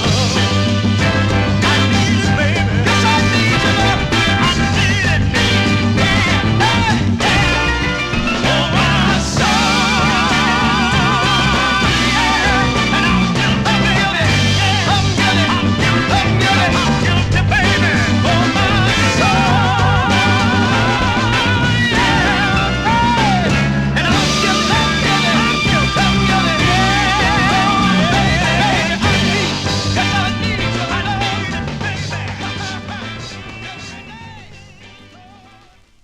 That is a very cool tune, I have to say. Listen, that's definitely worth $1, I have to say. I paid $1 for that record by request for I lost my place.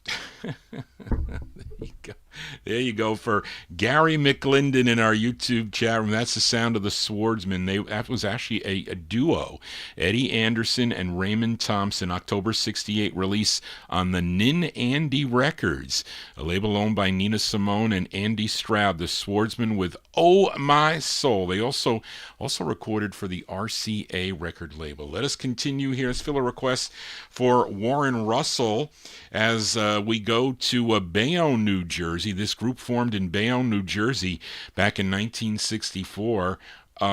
Wait a minute. But actually, that is incorrect.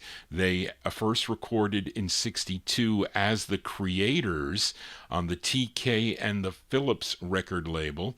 And they would sign with... they would add a female lead and sign with the Blue Cat record label. They had their biggest hit, a song called The Boy from New York City in 1965. They got other great releases, though, on AGP, Share, and Capitol Records. But this one's on the Phillips label that Warren requested. This is from May of 1967. Let's give a listen to the Ad-Libs. You know, they had female leads and male leads. Now, I forget who's the lead on here, so I don't know if the girl is the lead, Charlene, that you have here, but let's give it a spin. The Ad-Libs by request for Warren Russell from May 67. It's called Don't Ever Leave Me. The Ad-Libs for Warren. I'm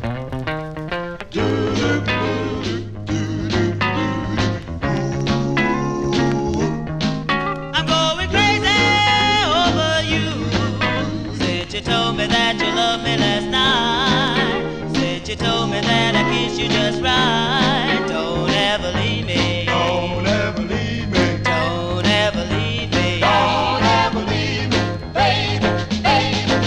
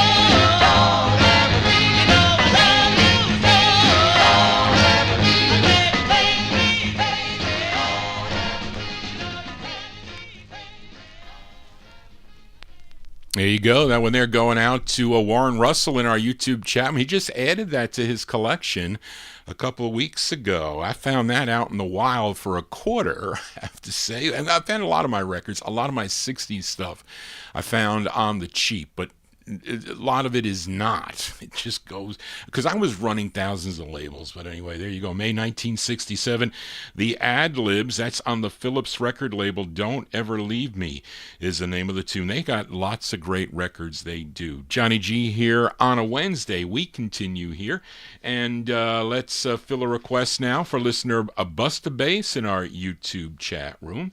And he requested this, a singer you all know. She was born in Memphis, Tennessee, but raised in Buffalo, and then she would relocate to Detroit. Now, she was the daughter of Reverend C.L. Franklin. Now, he was the pastor of the new Bethel. No, she's got, I don't know, Charlene. Bether, is that correct? The new, it doesn't sound right. The new Bether Baptist Church in Detroit. And she used to sing at the church, and she was the second youngest of 6 siblings. And her older sister, her name was Irma Franklin, who also recorded, I think first for the Epic label, and she was probably best known for her original version of Piece of My Heart in 1968 that Janis Joplin had a hit with. But she did okay on the original version. But this gal, first recording for the Checker label in 1957. I think I have that single too, by the way.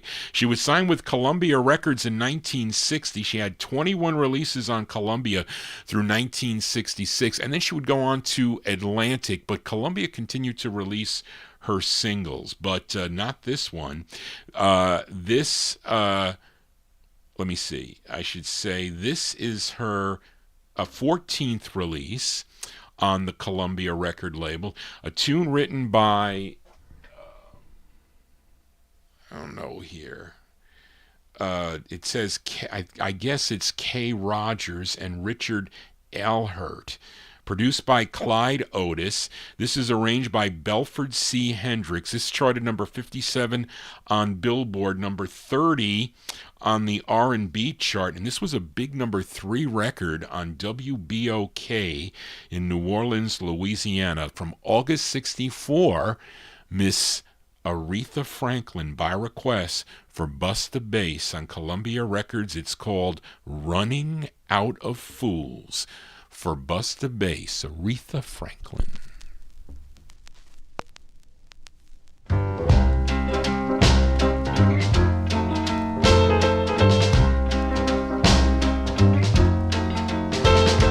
Sure you haven't got the wrong number. You sure it's me you wanna talk to tonight?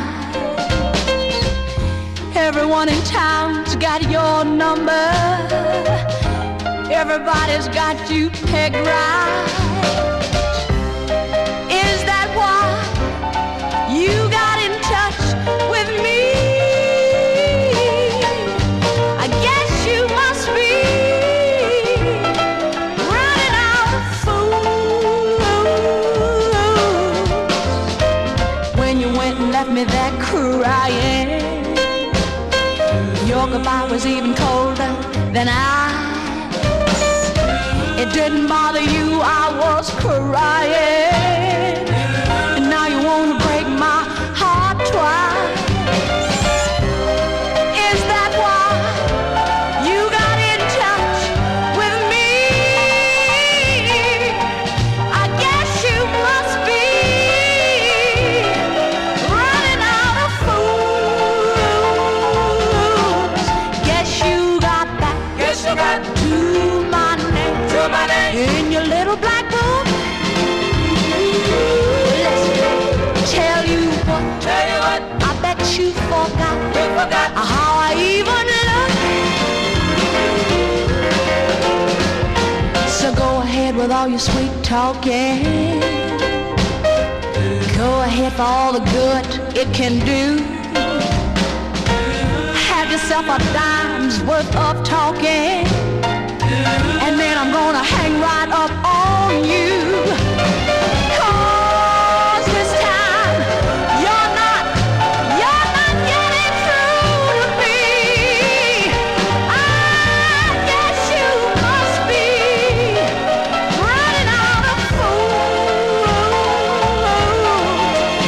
Even fools like me, even fools like me. I said you're running out of fools. Yeah, the great. Oops.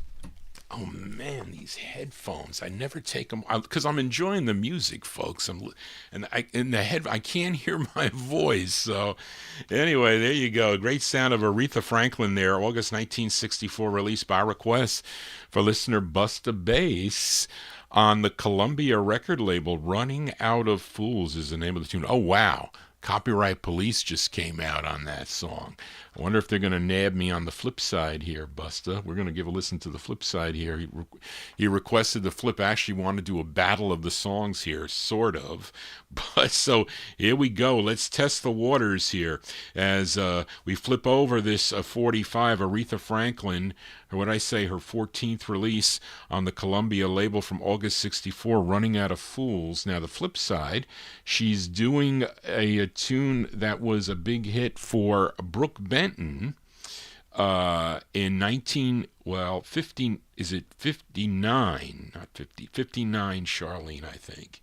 I'm sorry, released in December of 58, but her version from 1964, this tune written by Belford C. Hendricks and Clyde Otis, and also Brooke Benton. Now, this is from August 64. This is the B-side to Running Out of Fools. This is Aretha Franklin's version of It's Just a Matter of Time. This is for Busta Bass in our YouTube chat room.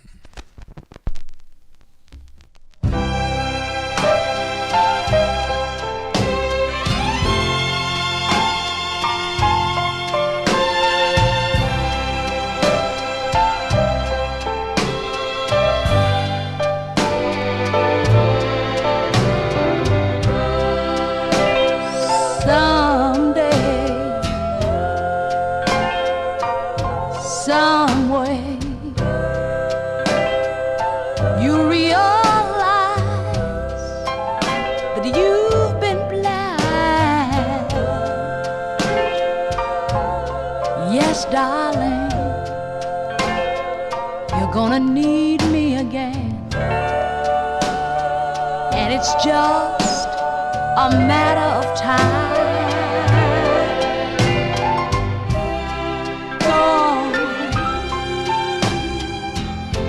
Go until you've reached the end of the line,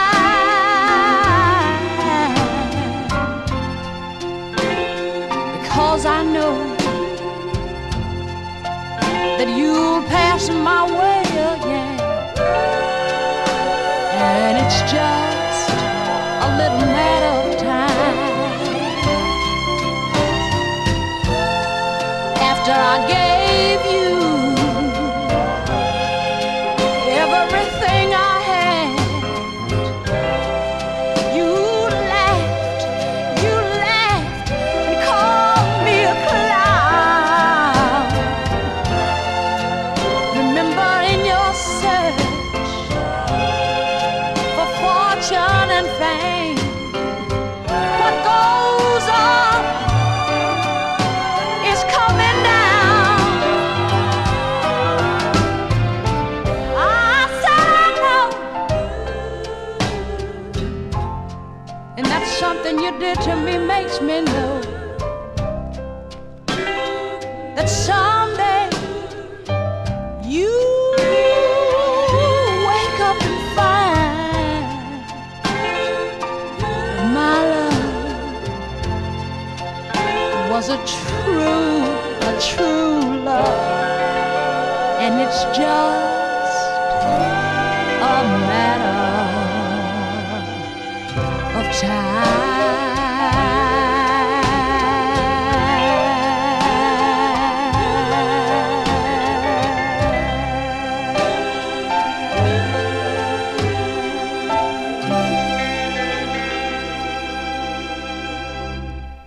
B-sides here on the Vinyltreasure show. There you go, the great sound of Aretha Franklin.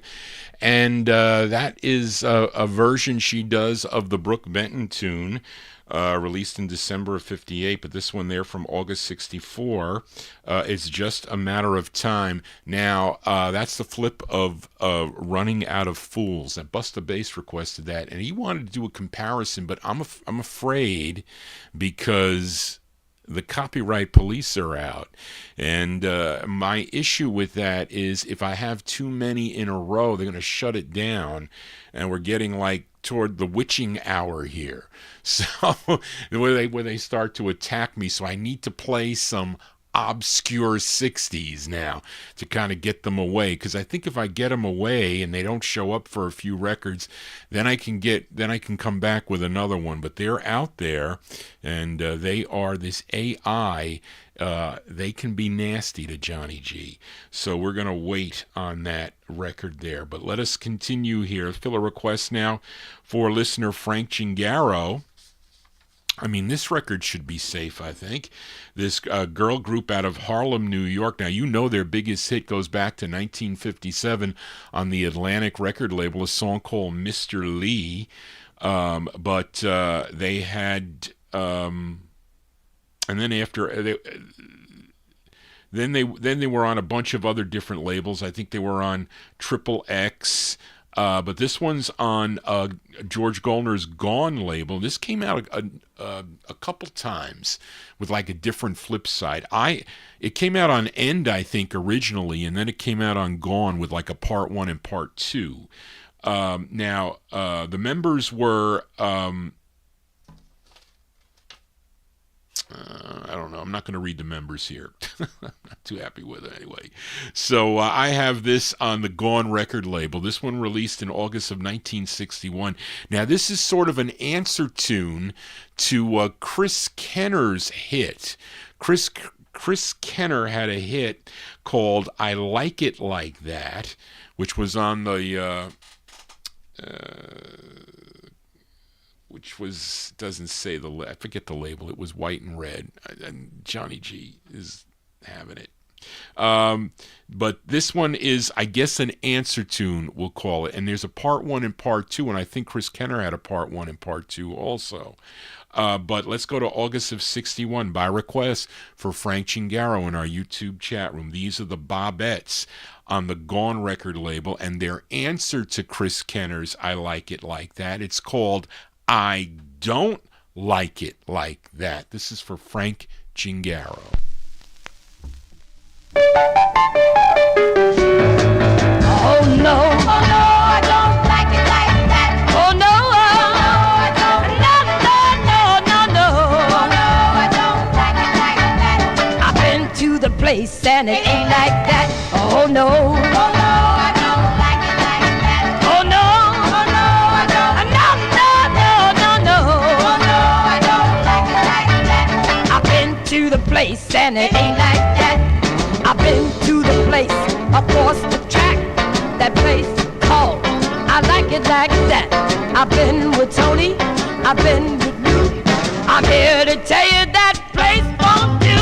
No, I don't like it like that. Oh no, I don't. No, I don't like it like that. I've been to the place and it ain't like that. Oh no, I don't like it like that. Oh no, I don't. I've been to the place and it ain't like that. Well, I was down there when you lost your shoe. That's a winsome cat was a yelling the blue. Things got so bad I couldn't stand no more. I made the scene and ran out the door. No, I don't like it like that. Oh no, I don't. No, I don't like it like that. I've been to the place and it ain't like that. Oh no, I don't like it like that. Oh no, I don't. No, I don't like it like that. I've been to the place and it ain't like that. Answer tunes here on the Vinyltreasure Show. That one there is an answer to the Chris Kenner instant release Thank you, Chris Reed. I like it like that. Those are the Bobettes. The Bobettes from August 1961. I featured it on the Gone record label. Also came out on N Records.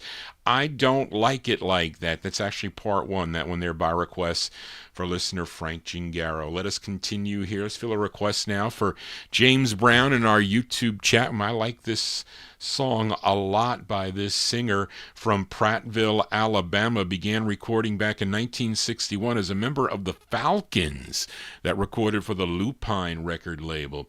And first recording his solo release on Correct Tone in April of 62. But then he also recorded for Lloyd Price's Double L label, had 3 releases on the label. But in 1964, he would sign with Atlantic Records, had lots of hits on the Atlantic label, I think 32 releases in all on the Atlantic label through 1972. Now, this is a B-side, and actually in my honest opinion, the better side, and hopefully I think that James Brown thinks it also. The A-side of this was called Staggo Lee, but this is the B-side, a tune written by Bobby Womack, produced by Tom Dowd, and this charted number 45 on well, I guess this charted too. Number 45 on Billboard. Both sides of this charted, Charlene. Number 4 on the well, it can't be. It's got to be Staggo Lee charted number 4. I don't think this. I got to check it. This is from October 1967. Wilson Pickett on the Atlantic record label, going out to James Brown. It's called "I'm in Love."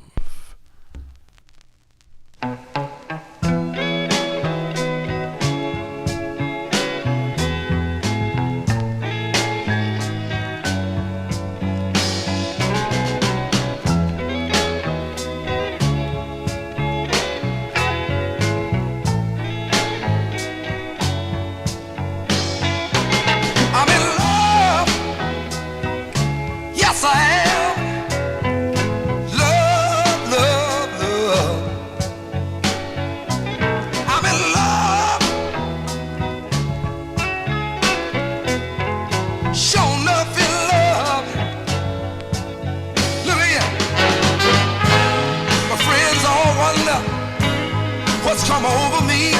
I'm as happy as a man can be. I'm in love. I'm in love. I'm in love. I'm so glad I can tell the world I'm through crying all night long. Yes, I am. I'm sure enough in love. Yeah. I feel just like a baby boy on a Christmas morning with a brand new toy. I'm in love. I'm in love, love, love.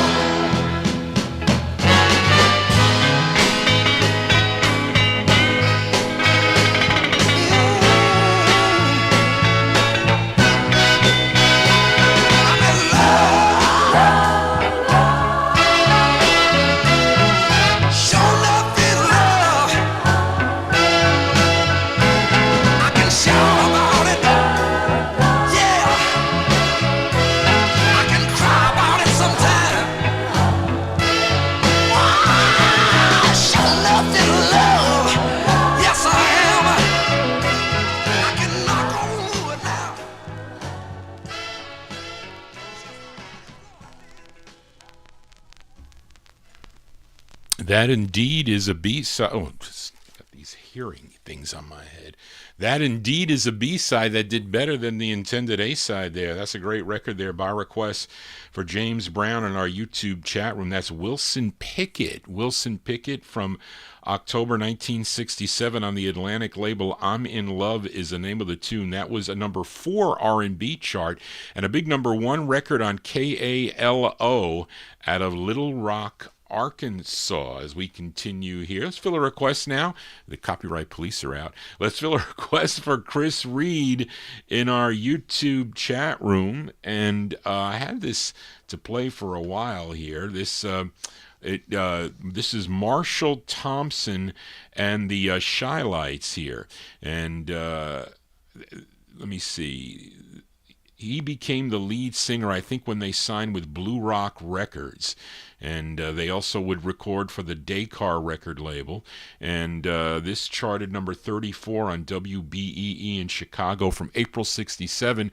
Had this to play. I was going to do a twin spin last week because somebody requested the Shy Lights. I forget who. But, yeah, it was the UK listener, I think.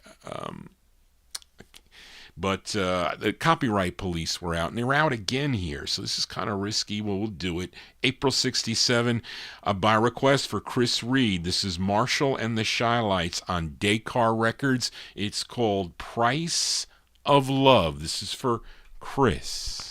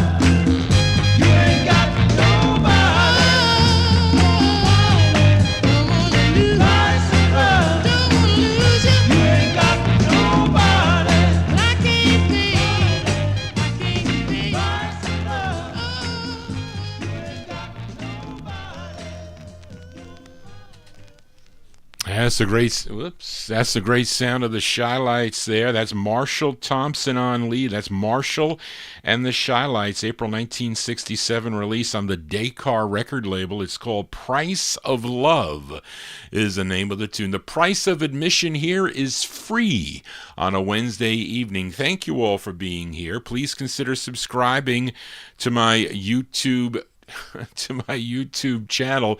Tell your friends about this program. This is the Soul Show. If you have a request, you can send it to me at vinyltreasures@aol.com as Harry Riles did to request this next tune. And this singer-songwriter pianist born Joseph Coleman Smith back on May 17th of 1934 in Maywood, Illinois. He would relocate out to the West Coast, and I played a record, I think, on the Saturday night show that he did, but he was best known for a song from 1956 called Confidential, and that one there you might have on Vita Records. That's the harder way. It also nationally came out on Dot Records, but he recorded on lots of different labels during his career. And here's one he had on the Richard Bach's Aura label, A-U-R-A. This was his first of 4 on the Aura label out of Los Angeles, California, and it's a song he wrote. This was produced by Richard Bach, arranged by Bobby Smith. This charted number 71 on Billboard, and a big number 1 record if you were tuned into KNUZ out of Houston, Texas. Going out to Harry Riles in our YouTube chat room. This is Sunny Night. Sunny Night from March 64. It's called If You Want This Love. This is for Harry Riles.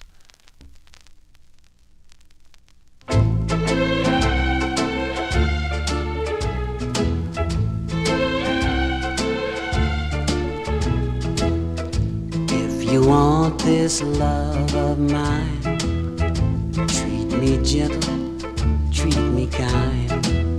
Don't be mean and don't be bad, and you get the truest love that you ever had. If you want my lips to kiss, cuddle close and don't resist. Loving you is all I crave, and if you let me, pretty baby, I'll be your slave. If you want this love of mine, baby, come on and get it. If you should fall in love with me, I'll bet you'll never regret it. Not a thing I wouldn't do. I'd do anything just for you.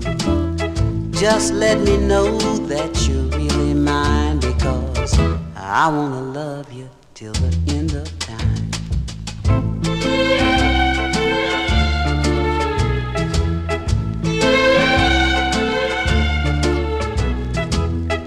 Not a thing I wouldn't do. I'd do anything just for you. Just let me know that you're really mine, because I wanna love you till the end of time.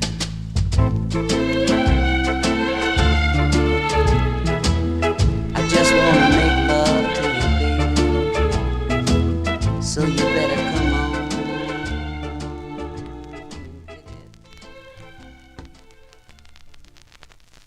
Here you go, by request for Harry Riles there, March 1964 release for Sunny Night. Sunny Night on the Aura record label. If You Want This Love is the name of the tune. Let us continue here. Let's fill a request now for Edmund Williams as we go to this gal who was born Addie Bradley, and in Byhalia, is it Byhalia, Mississippi, if I said that right? But she was raised in Robbins, Illinois, and first recorded for the Formal record label back in 1962. Her third formal release, which was a Curtis Mayfield pen-tuned, would start taking off. Chess Records would get involved and pick it up for national distribution, and it would become her biggest hit and her first of 9 on the Chess record label. This charted number 14 on Billboard, number 8 on the R&B chart, and number 1 on WCHB out of Detroit, Michigan from December 62 by request for Edmund Williams, Miss Jan Bradley. Jan Bradley on the Chess label, that's how I have it, and her tune called Mama Didn't Lie. This is for Edmund Williams.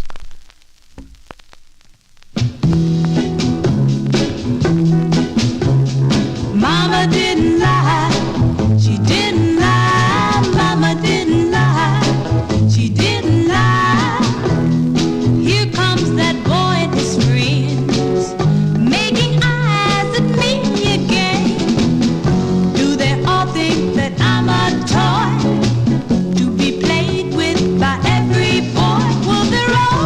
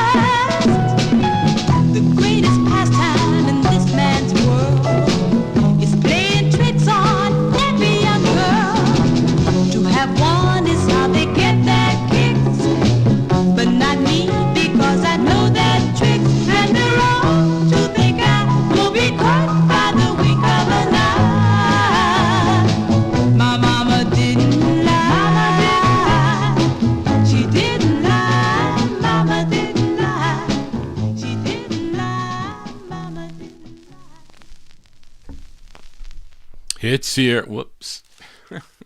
Keep on keeping because I'm listening to the music. I like the songs. That is by request for Edmund Williams there, the sound of Jan Bradley, her big hit on her first of 9. I featured it on the Chess label. Anybody ever see it on this color, though? It's usually like orange and yellow and black, but this is like kind of like a tan or a brown tan and white. But anyway, and Bust a Bass, it was written by Curtis Mayfield. And he didn't write the flip side, though. But there you go, December 62 release, Jan Bradley on the Chess label, Mama Didn't Lie. And the flip side is good, too. Edmund most of the time requests the flip sides of his 45s here on the program. Let's flip it over here. This is a B-side, December 62, Jan Bradley on the Chess label. It's called Lovers Like Me. This is for Edmund.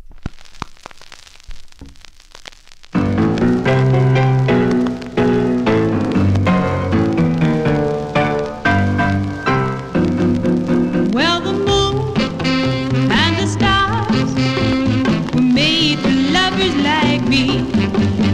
Come on, baby, get in the car. We're gonna drive out to the edge of the sea. You can look at the boats as they sail by, but I'll be looking at the love twinkle in your eyes, because the moon and the stars were made for lovers like me.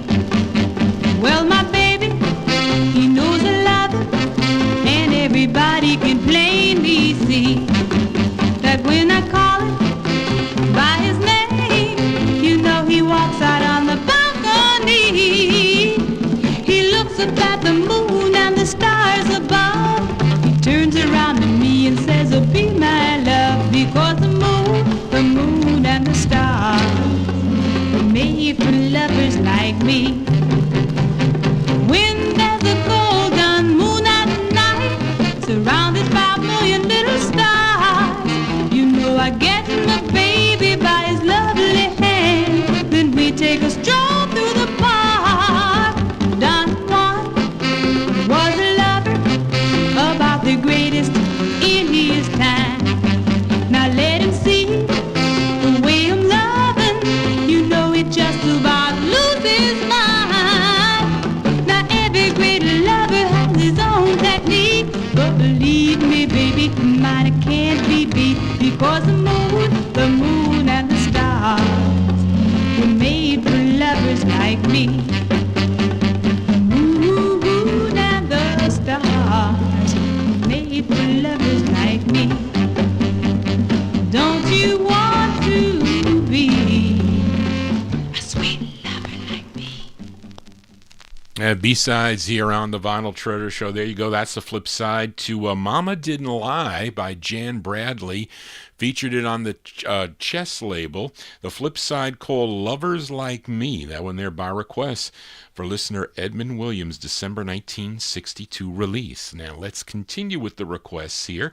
I had this one in the box to play for a while for listener Ron Harry, this singer born in Lenau, Tennessee, or Lenau, Tennessee. His real name, Overton Vertis, Overton Vertis Wright, but he goes by O.V. Wright. It's better that he shortened it like that. That's a lot easier and a lot easier to remember. First recording for Goldwax Records back in 1964. Then he signed with Don Robey's Backbeat label, which was out of Houston, Texas. Had 19 releases on the Backbeat record label. Played one not so long ago for, I think, Bust a Bass, I finally found that record for you. But this was his fourth release from February of 1966 by request for Ron Harry in our YouTube chat room. O.V. Wright's his name on Backbeat Records. It's called Gone for Good. This is for Ron.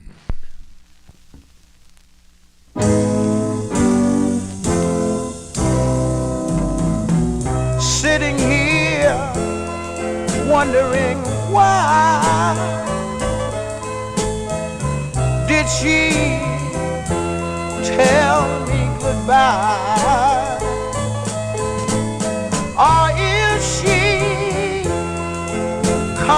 back home, or is she gone? Let me tell you something. I haven't eaten a bite. I can't even sleep at night. All I do is weep and moan. Since my baby been gone, I'm wondering, is she gone? Oh, is she gone? Well, this is what gives me satisfaction. One day she'll come home here with me. It's where she belongs. The day she walked through that door, I know I won't have to cry no more. Whoa. I know she's thinking of me, and I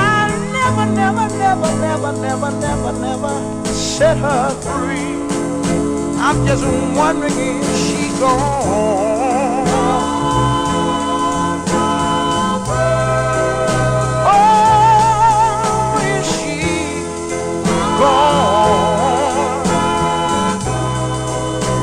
A friend of mine told me she was gone. I'm wondering, why don't she call me on the telephone and tell me whether she's gone? Oh, there you go. There, Johnny G losing his mind. There you go. By request for listener Ron Harry in our YouTube chat from February 66 release there for Mr. O.V. Wright. O.V. Wright on the Backbeat record label, his fourth release for the Backbeat label. It's called Gone for Good. Johnny G hopefully won't be gone for good, but if you have enough copyright strikes against you, your channel could be gone for good. That's why it's very important that you subscribe to my YouTube channel, and hopefully I really am in anticipation of the Johnny G Studios getting fixed up here. So I'm really going to take recommendations from them. Maybe it'll be in a different part of the room. I don't know, but it's because my speakers are in the back there, and it's got like a great blaring sound that comes back this way. And I have my two turntables, as you see, my mixers here, and I have two monitors. So maybe I'm going to get a dedicated laptop to do the show. I don't know, but I'm open for all that. But I don't know how I could situate. My father made this giant table here many years ago when he finished the attic up here. But I got lots of boxes and 78s and things around, so I got to clean it up here. So hopefully they're not going to call me like they want to come tomorrow, because then I'm going to be messed up. But anyway, let us continue. Here we are in Vinyltreasure Overtime. You know, you lost out on 30 minutes because Johnny G was late, but let's fill a request now for Leonard Mancini, this singer from Greenville, Mississippi. He would move to Chicago in 1959, and he was discovered by R&B singer Harold Burridge, first recording for the Four Brothers label in 1965 as Tyrone the Wonder Boy.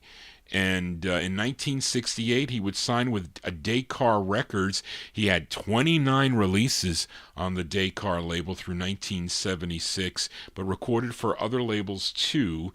His big hit was a record my aunt purchased, and a record I really like called Can I Change My Mind? But Leonard requested his third release for the Dakar label. This bubbled under at number 125 on the Billboard Bubbling Under charts, but was number 14 on WSOK in Savannah, Georgia. Let's go to July of 1969 by request for Leonard Mancini in our YouTube chat room, Mr. Tyrone Davis with his tune called All the Waiting Is Not in Vain for Leonard Mancini.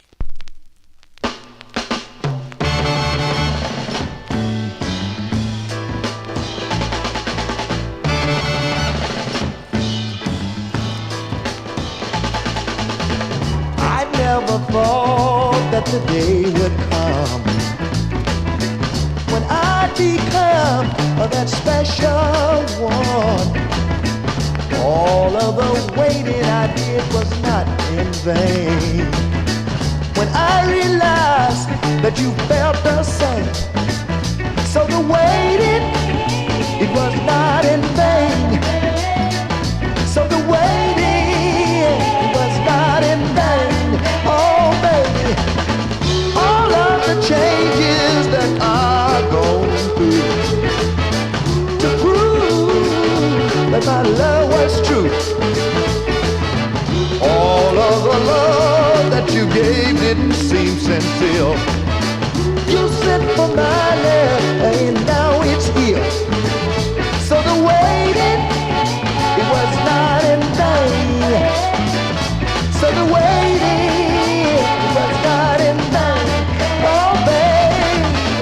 just like a child playing so happily. Your sweet loving baby always fascinated me. Yeah, I say that I feel just like a fool, but I did everything I could to stick to the roof. Oh baby, oh baby, there must be more to your love. And this, I gotta begin to realize that good things only come to those who wait. And you are good girl, baby. So what more can I say except the waiting? It was not in vain. So the waiting was not in vain. Oh baby, but I love you and I need you, baby. I wanna thank you for being so good to me, baby. Ain't no need to rely, girl, 'cause I love you. I like that tune. That's a great record there by request for Leonard Mancini. That is Tyrone Davis. Tyrone Davis, lost my place. Where are you, Tyrone? There you go. July 1969. That's on the Daycar record label. His third release on Daycar by request for Leonard Mancini. All the waiting is not in vain. So I thank you people that waited for Johnny G tonight. So we'll do a little bit of overtime here as we continue here. And let's fill a request now for listener Adrian Viterbo, listening down in Mexico. And this gal, she's originally from Macon, Georgia, and she was best known for her hit single back in 1962. Anybody out there familiar with a song called Party Lights? And her name was Claudine Clark.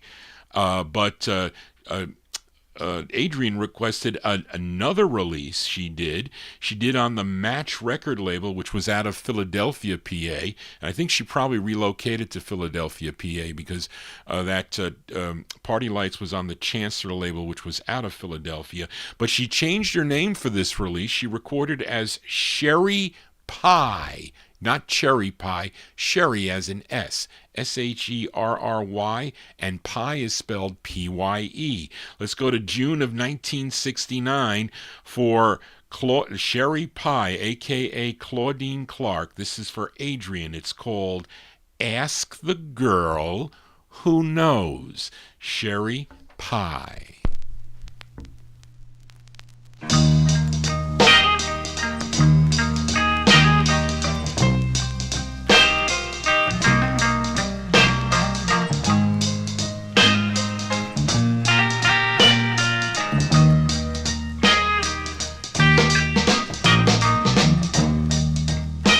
Ask the girl who knows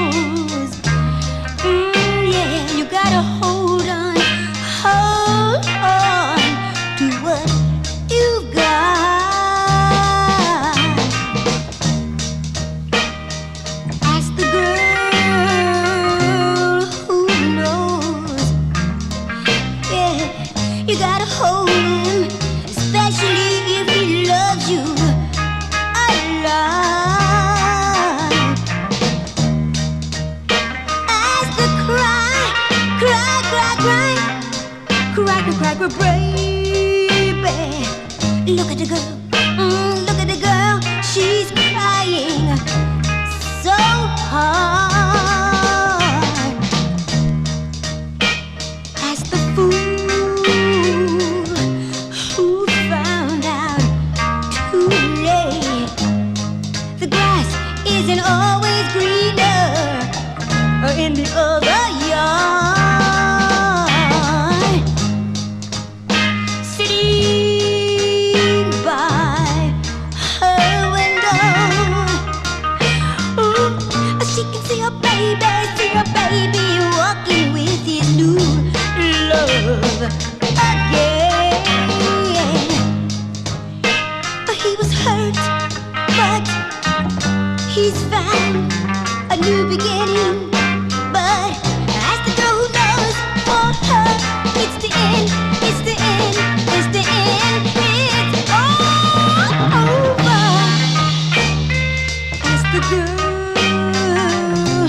who needs the guy, needs him right now, she'll tell you she found out too late.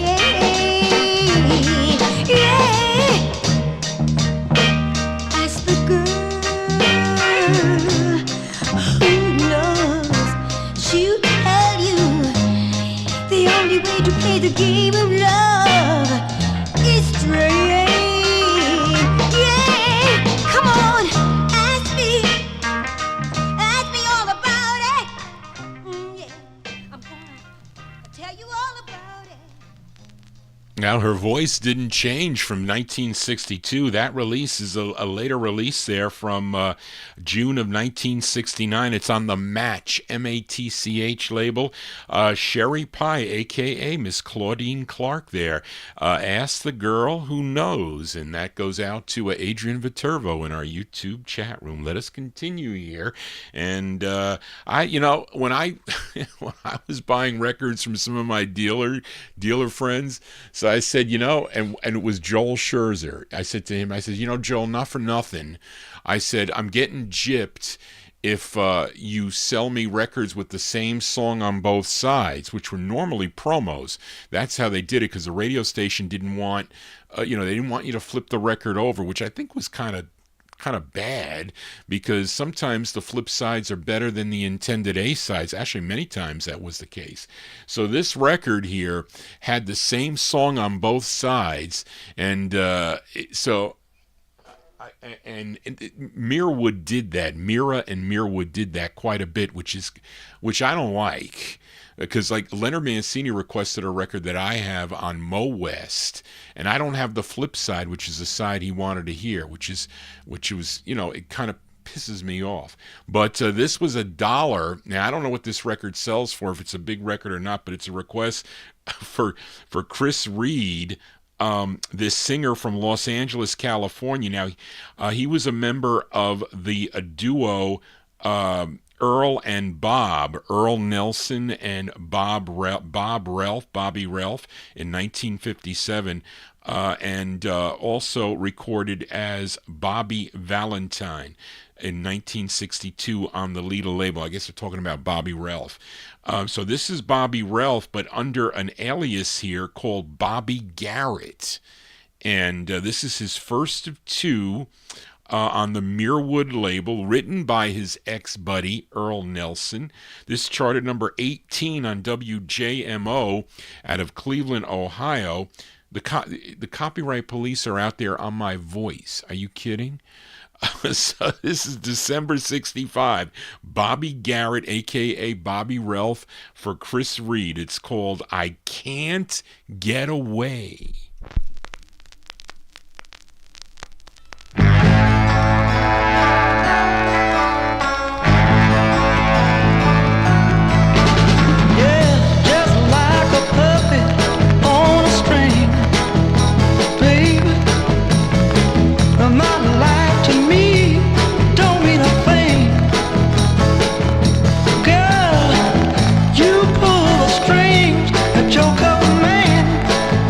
Should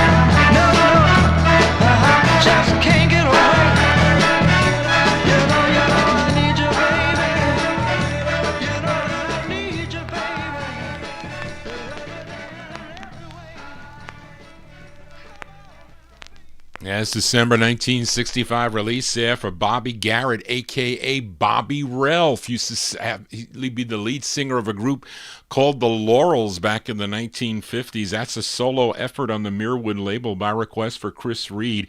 I Can't Get Away is the name of the tune. Johnny G has a passion for music. I can't get away. I can go all night playing 45s. Yes, I can, but my mother's going to yell at me. She says, Johnny, don't be so late. But I was a half hour late, Ma, so kind of gypped the listeners here.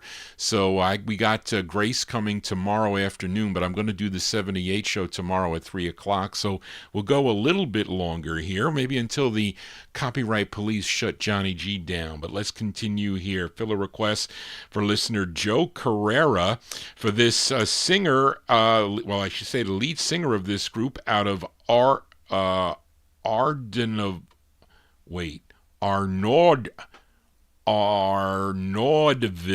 Louisiana.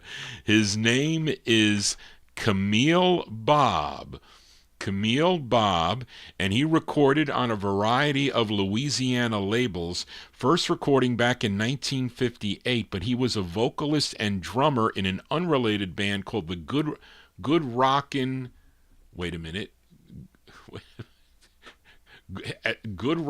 Bob on Eddie Schuler's Gold Band label, which was out of Lake Charles, Louisiana. His next release came out on the Decca label in 1960. Well, is it? In 1962, I guess. I thought this record was 65. No, maybe it is 62. But it's a song he wrote. He's Little Bob and the Lollipops, and he wrote this tune.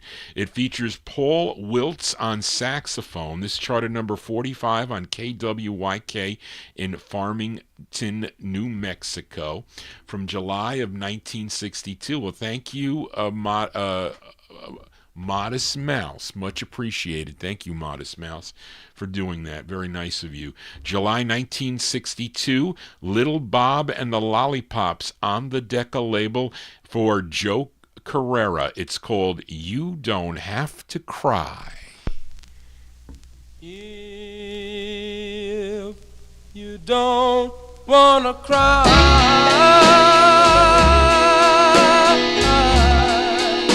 when I say goodbye,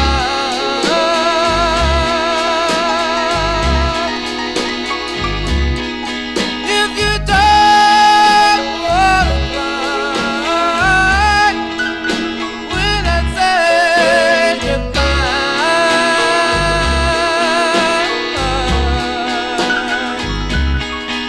you'll be sure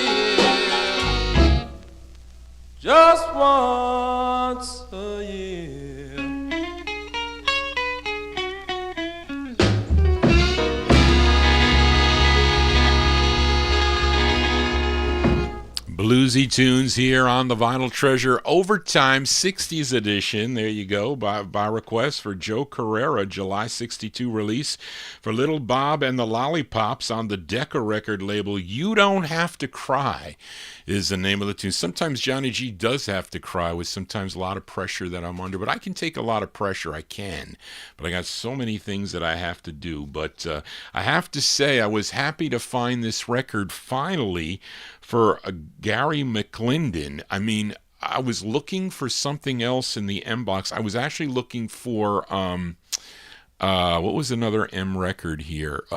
Someone requested a Bobby Martin record. So it was late. So my mother's like, Johnny, it's 6 o'clock. You got to get ready for the show. I says, I'm coming. I still got to look through the box. So I'm looking through, and I found this record.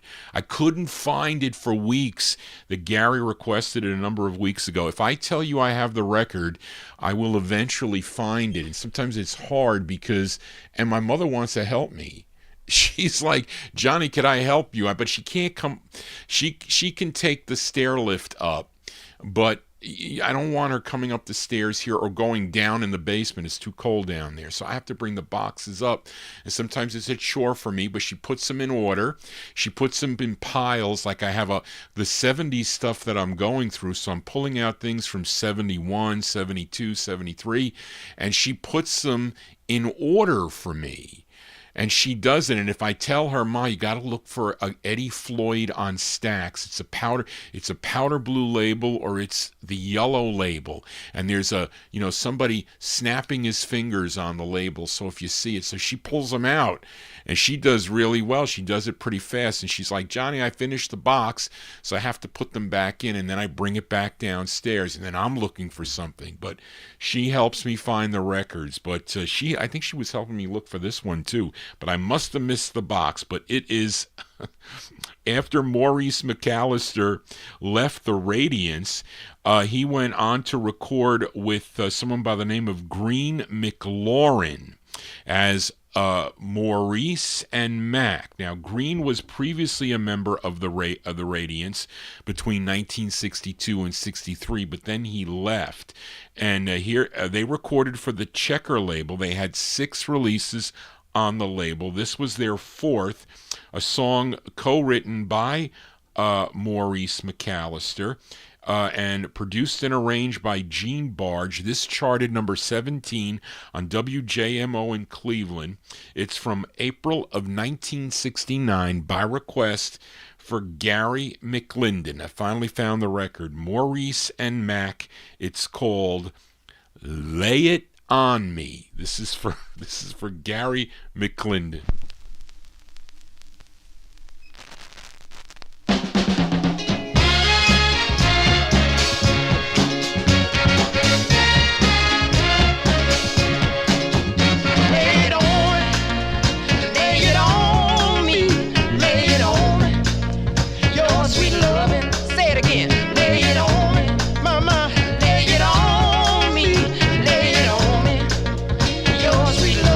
Sing your song, man.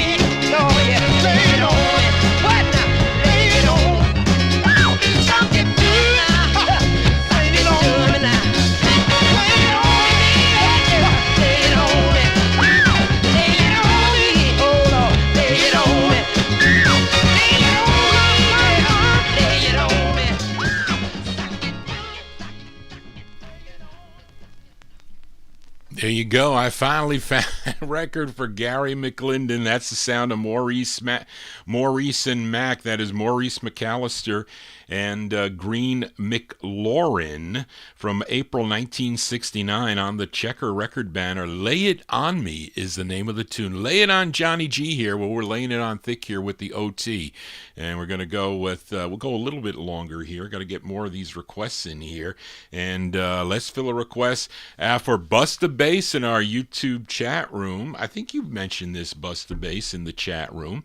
This singer born in Ashland, West Virginia, but he was raised in Philadelphia. After serving in the military, he returned in 1958 to form a vocal group called the Gainers. They recorded for the Red Top and Cameo and Mercury and Tally Ho record labels, and in 1963 he teamed up with Burt Burns and Jerry Ragavoy, who brought him over to United Artists Records. He would have 11 releases on the label. This was his first release, a tune written by Burns and Ragavoy under the alias of Burt Russell and Norman Maid. Those are the writer credits, but they're really Burns and Ragavoy. And he has a vocal group backing him up. They are called the Enchanters, but in actuality, they are the Gospelaires. They're doing the background work. They are Cissy Houston, Dionne Warwick, and Dee Dee Warwick. And this was a big hit for him, number 4 on the Billboard and Cashbox charts, and a big number 1 R&B hit as we test the waters here on YouTube. From July 63, by request, for Busta Bass, Garnet Mims, and the Enchanters, and their killer record called Cry Baby.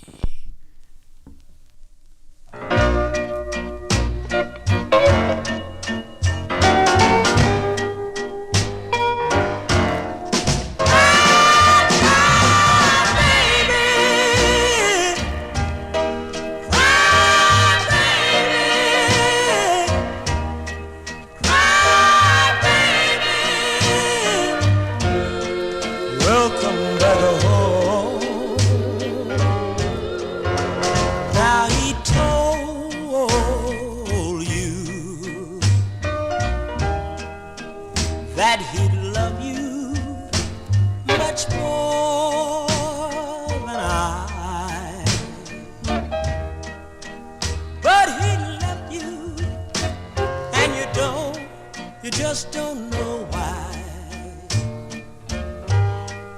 And when you don't know what to do, you come running and start to cry, cry, baby, cry, baby, cry, baby, like you always do. Don't you know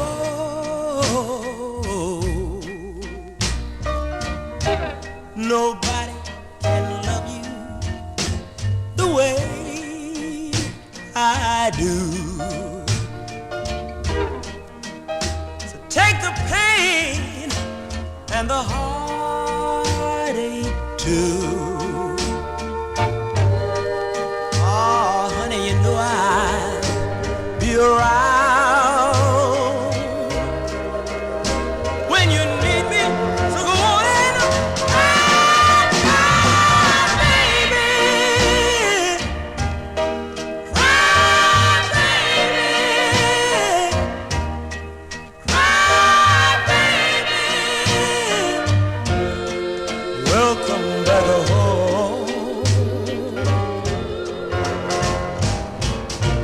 I've spent so many nights just waiting for you to come walking through that door.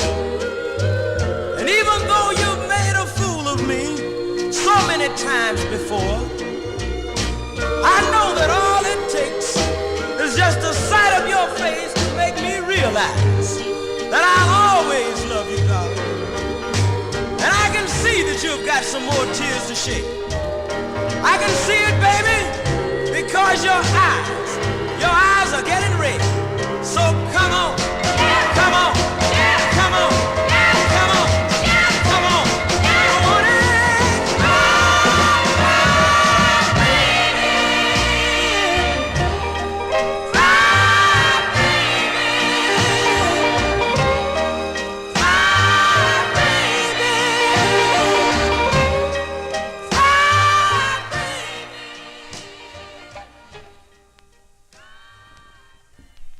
Oh, that's the great sound of, Garnet Mims and the Enchanters there by request for Busta Bass, the sound of Cry Baby on United Artists Records. That was his first release on United Artists with the Enchanters and the Cissy Houston, Dionne Warwick, and Dee Dee Warwick in the backgrounds there, July 1963.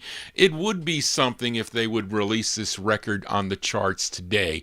I bet you the kids wouldn't, I don't know, maybe they would like it because they probably have never heard anything like that before. I should just go into a classroom and just say, we're going to play these records here today because this is a I tell YouTube all the time, this is a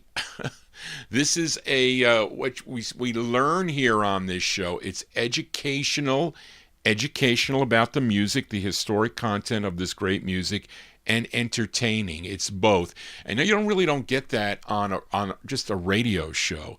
I mean, you know, they talk about it, but you actually see the record. You see me, an amateur disc jockey here. I'm not a professional. I'm just an accountant. I haven't done my taxes yet. But anyway, this is both educational and entertaining and enjoying, hopefully you're enjoying these cool tunes. If you are, please give me a thumbs up. Also consider subscribing. The more subscribers I have, the better it is as far as the copyright police go. But you have to be signed into YouTube. You have to create an account. Make up a name. There's so many strange names, and I know everybody by their alias in there. But anyway, let us continue here. I had this for a while to play for Bill Sheriff, this singer originally from Wayne County, North Carolina. Now, all his activity of a that's weird, of a soul singer transpired in New York City. His debut single came out in 1964 on the Phillips record label, but he recorded for a bunch of different labels: Alto, Unity, Genuine. Then he was signed to Nate McCalla's Calla record label, and this was his second release on a song he wrote with his older brother, Kenny Rogers, produced by Leon Rogers, who is the older brother of Kenny Rogers. Kenny Rogers, the singer? Okay. Well, here we go. We had Chris Christopherson earlier. Here we got Kenny Rogers now. But this record is beat. I bought this at the over in Rockland County. There used to be a flea market there called the 303 Drive-In Flea Market. You know, where you have it had all the rocks. Well, it's kind of gravel, but those really big rocks, and you would pull your convertible up, and you'd have those speakers on the right that you would hang in on your window. You remember those drive-ins there? This was over in 303. We used to have one in Elmsford, New York. And I used to go shopping with my parents, and I used to see like the horror flicks. I remember one was called Motel Hell. You remember that movie? But anyway, I got this there. So this is from December 69 by request for Bill Sheriff, Charles Hodges on Calla Records. It's called Slip Around, and it's not in great shape, so I apologize for the pops.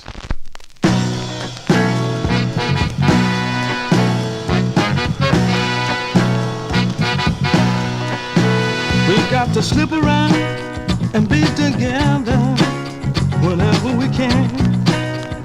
Oh yeah. Say we gotta slip around and be together whenever we can.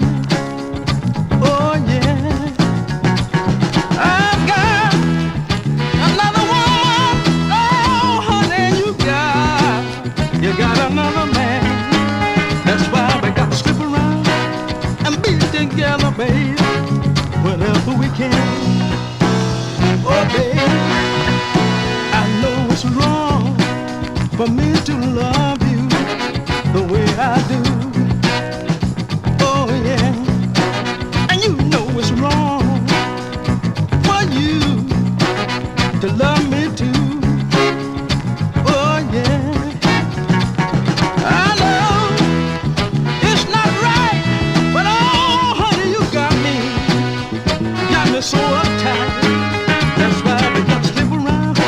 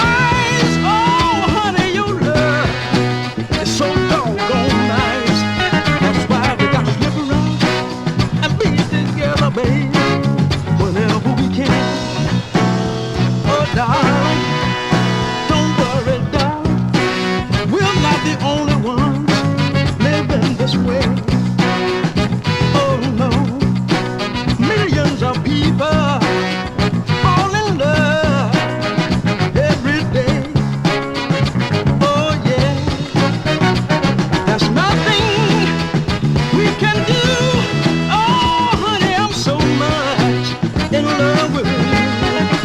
That's why we got to slip around and be together, baby, every day. Oh yeah, got to have you, baby. Yes, I have. Oh baby, I got to have you, honey. I need you, darling.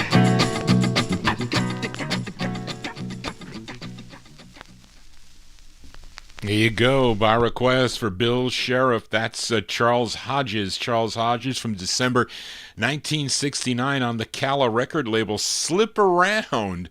It's not very nice to be slipping around on your significant other there, but there you go. That was his, what did I say? That was his second release on the Calla record label. We are in Vinyltreasure overtime here. Johnny G really testing the waters. We have not yet been shut down.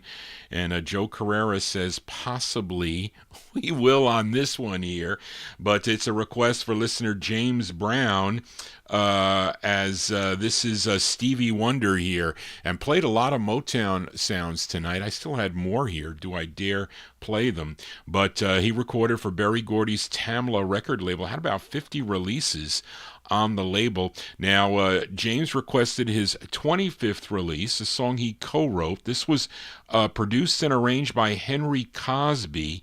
This charted number 26 on Billboard, number 11 on the R&B chart, and this was a big number 3 record on KTHT in Tucson, Arizona. Let's go to January of 1970 for Mr. Stevie Wonder. Stevie Wonder on the Tamla label for James Brown. It's called Never Had a Dream Come True. Stevie Wonder.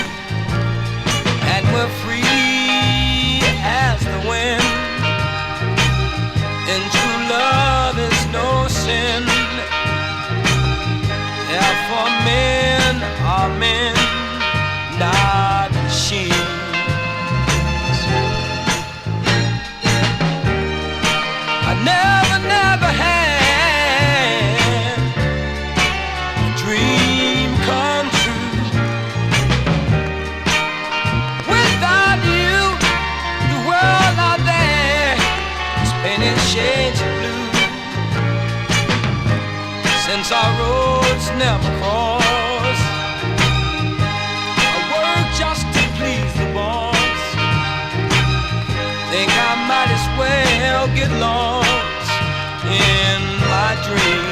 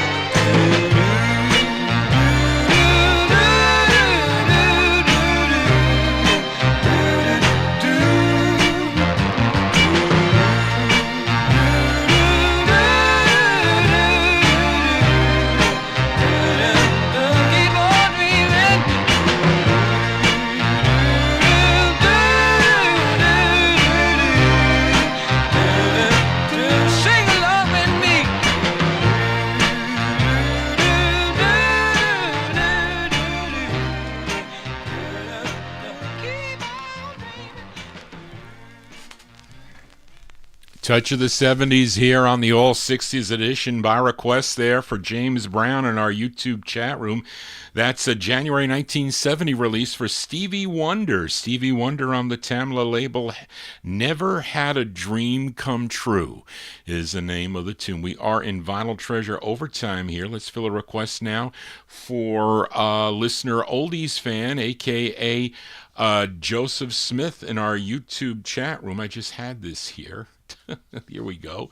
Let me see. This singer from Three Rivers, Texas, recorded with his band The Traits beginning in 1958 for the TNT record label, probably best known for his 1965 hit on Don Robey's backbeat record label called Treat Her Right.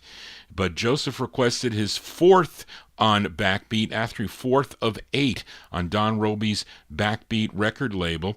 This song first done back in 1955 by Little Walter and his Dukes on the Checker record banner. Let's give a listen to this version from February 1966 by Roy Head and the Traits. This charted number 99 on Billboard, a big number 9 record on WJLB out of Detroit, Michigan from February 66. Going out to Joseph Smith, a.k.a. Oldies fan, Roy Head and the Traits, with their rendition of the tune, My Babe.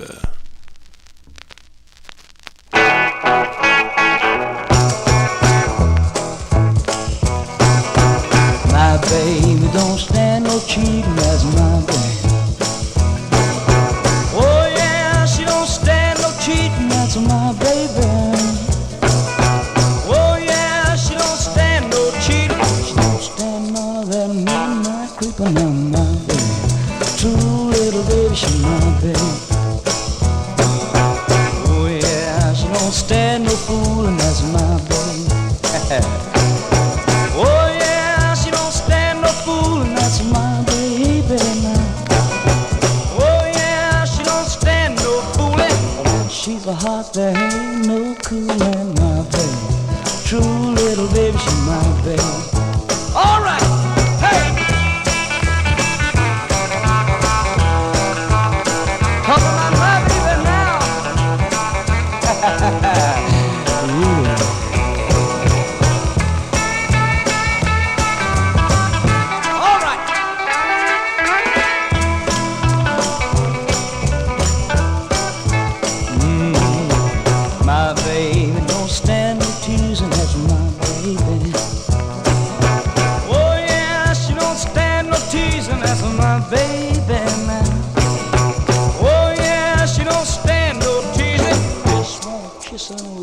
And pleasing my baby, true little baby, she my baby. My baby, she knows how to please me, my baby. My baby, she knows how to please me, my baby. Oh yeah, she knows how to please me, teasing, loving, kissing, and pleasing my baby. True little baby, she my baby. Talking about my baby now. Ah, hey, she's all right.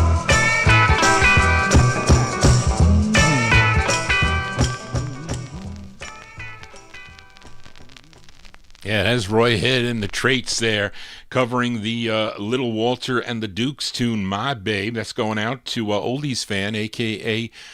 Joseph Smith in our YouTube chat room, February 66.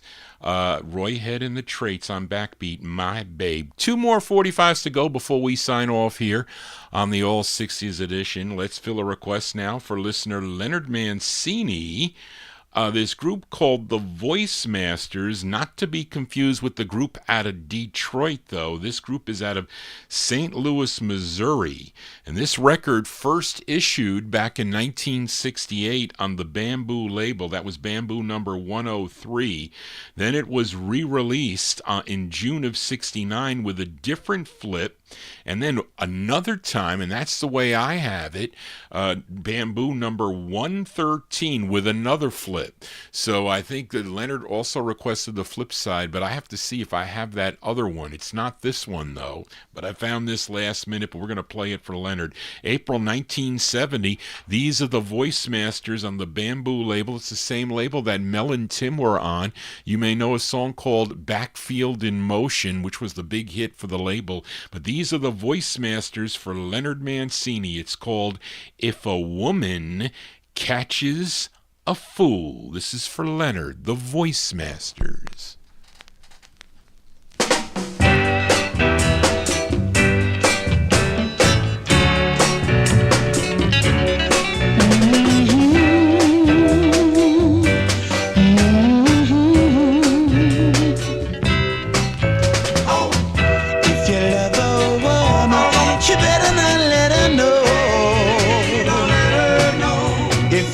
The ground she walks upon, don't you let it show.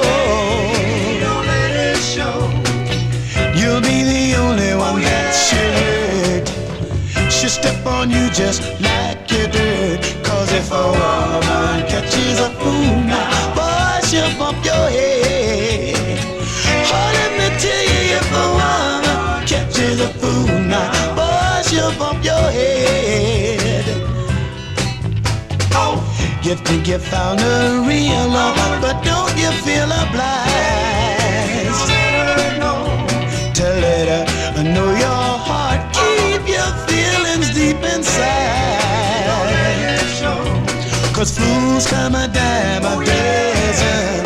She's not capable of giving true loving. And if a woman catches a fool now, boy, she'll bump your head. Listen to me. Now, boys, you bump your head. Oh, it's not so easy to confess that once you were somebody's fool. But it may get you going in life to be wise, not to improve. The moral of my story, any fool can plainly see. I said experience is the best teacher. Why can't you learn through me?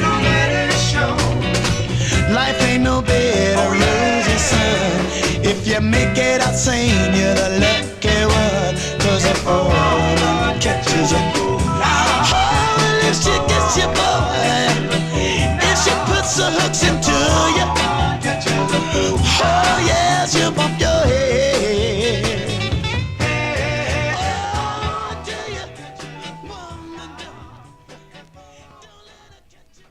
Yeah, that's a cool record there by a group called the Voice Masters. That one there by request for Leonard Mancini. That one from April. Well, actually, that's a 1968 release there, but played it off of April 1970, 45 on the Bamboo label, that Bamboo number 113.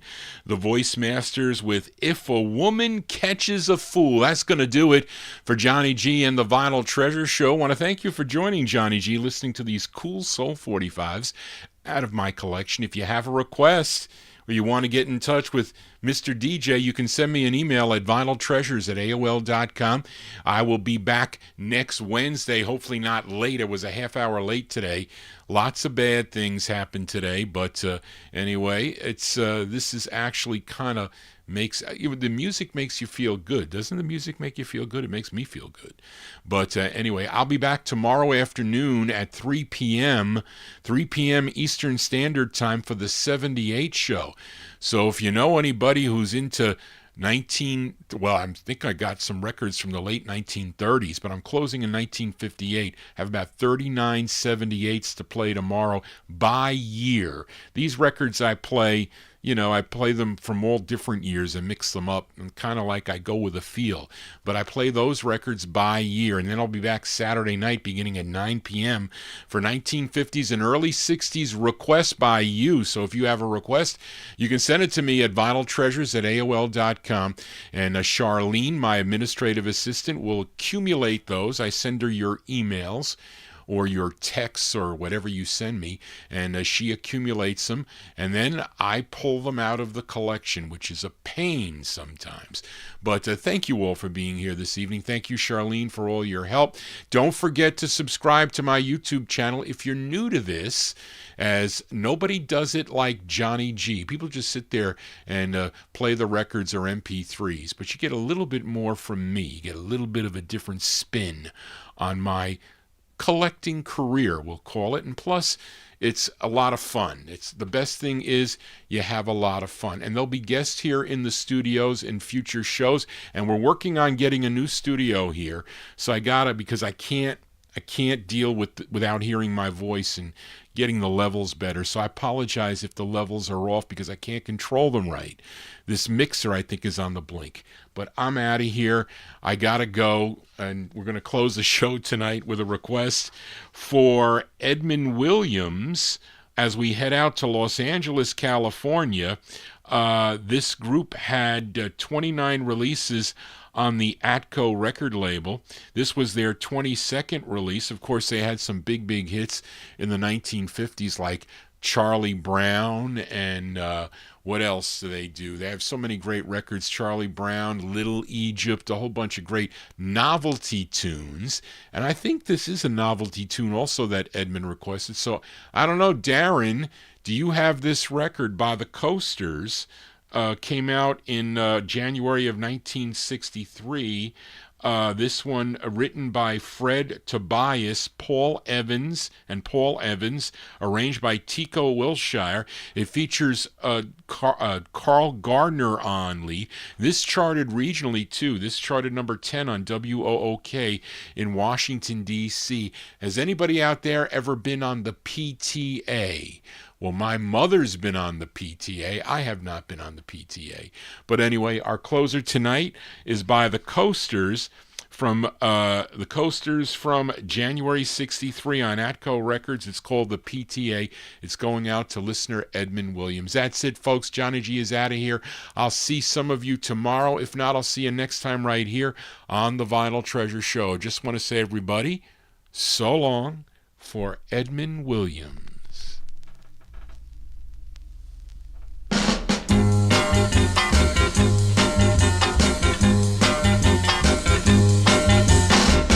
There's a meeting at the school tonight. Hey, hey, the PTA.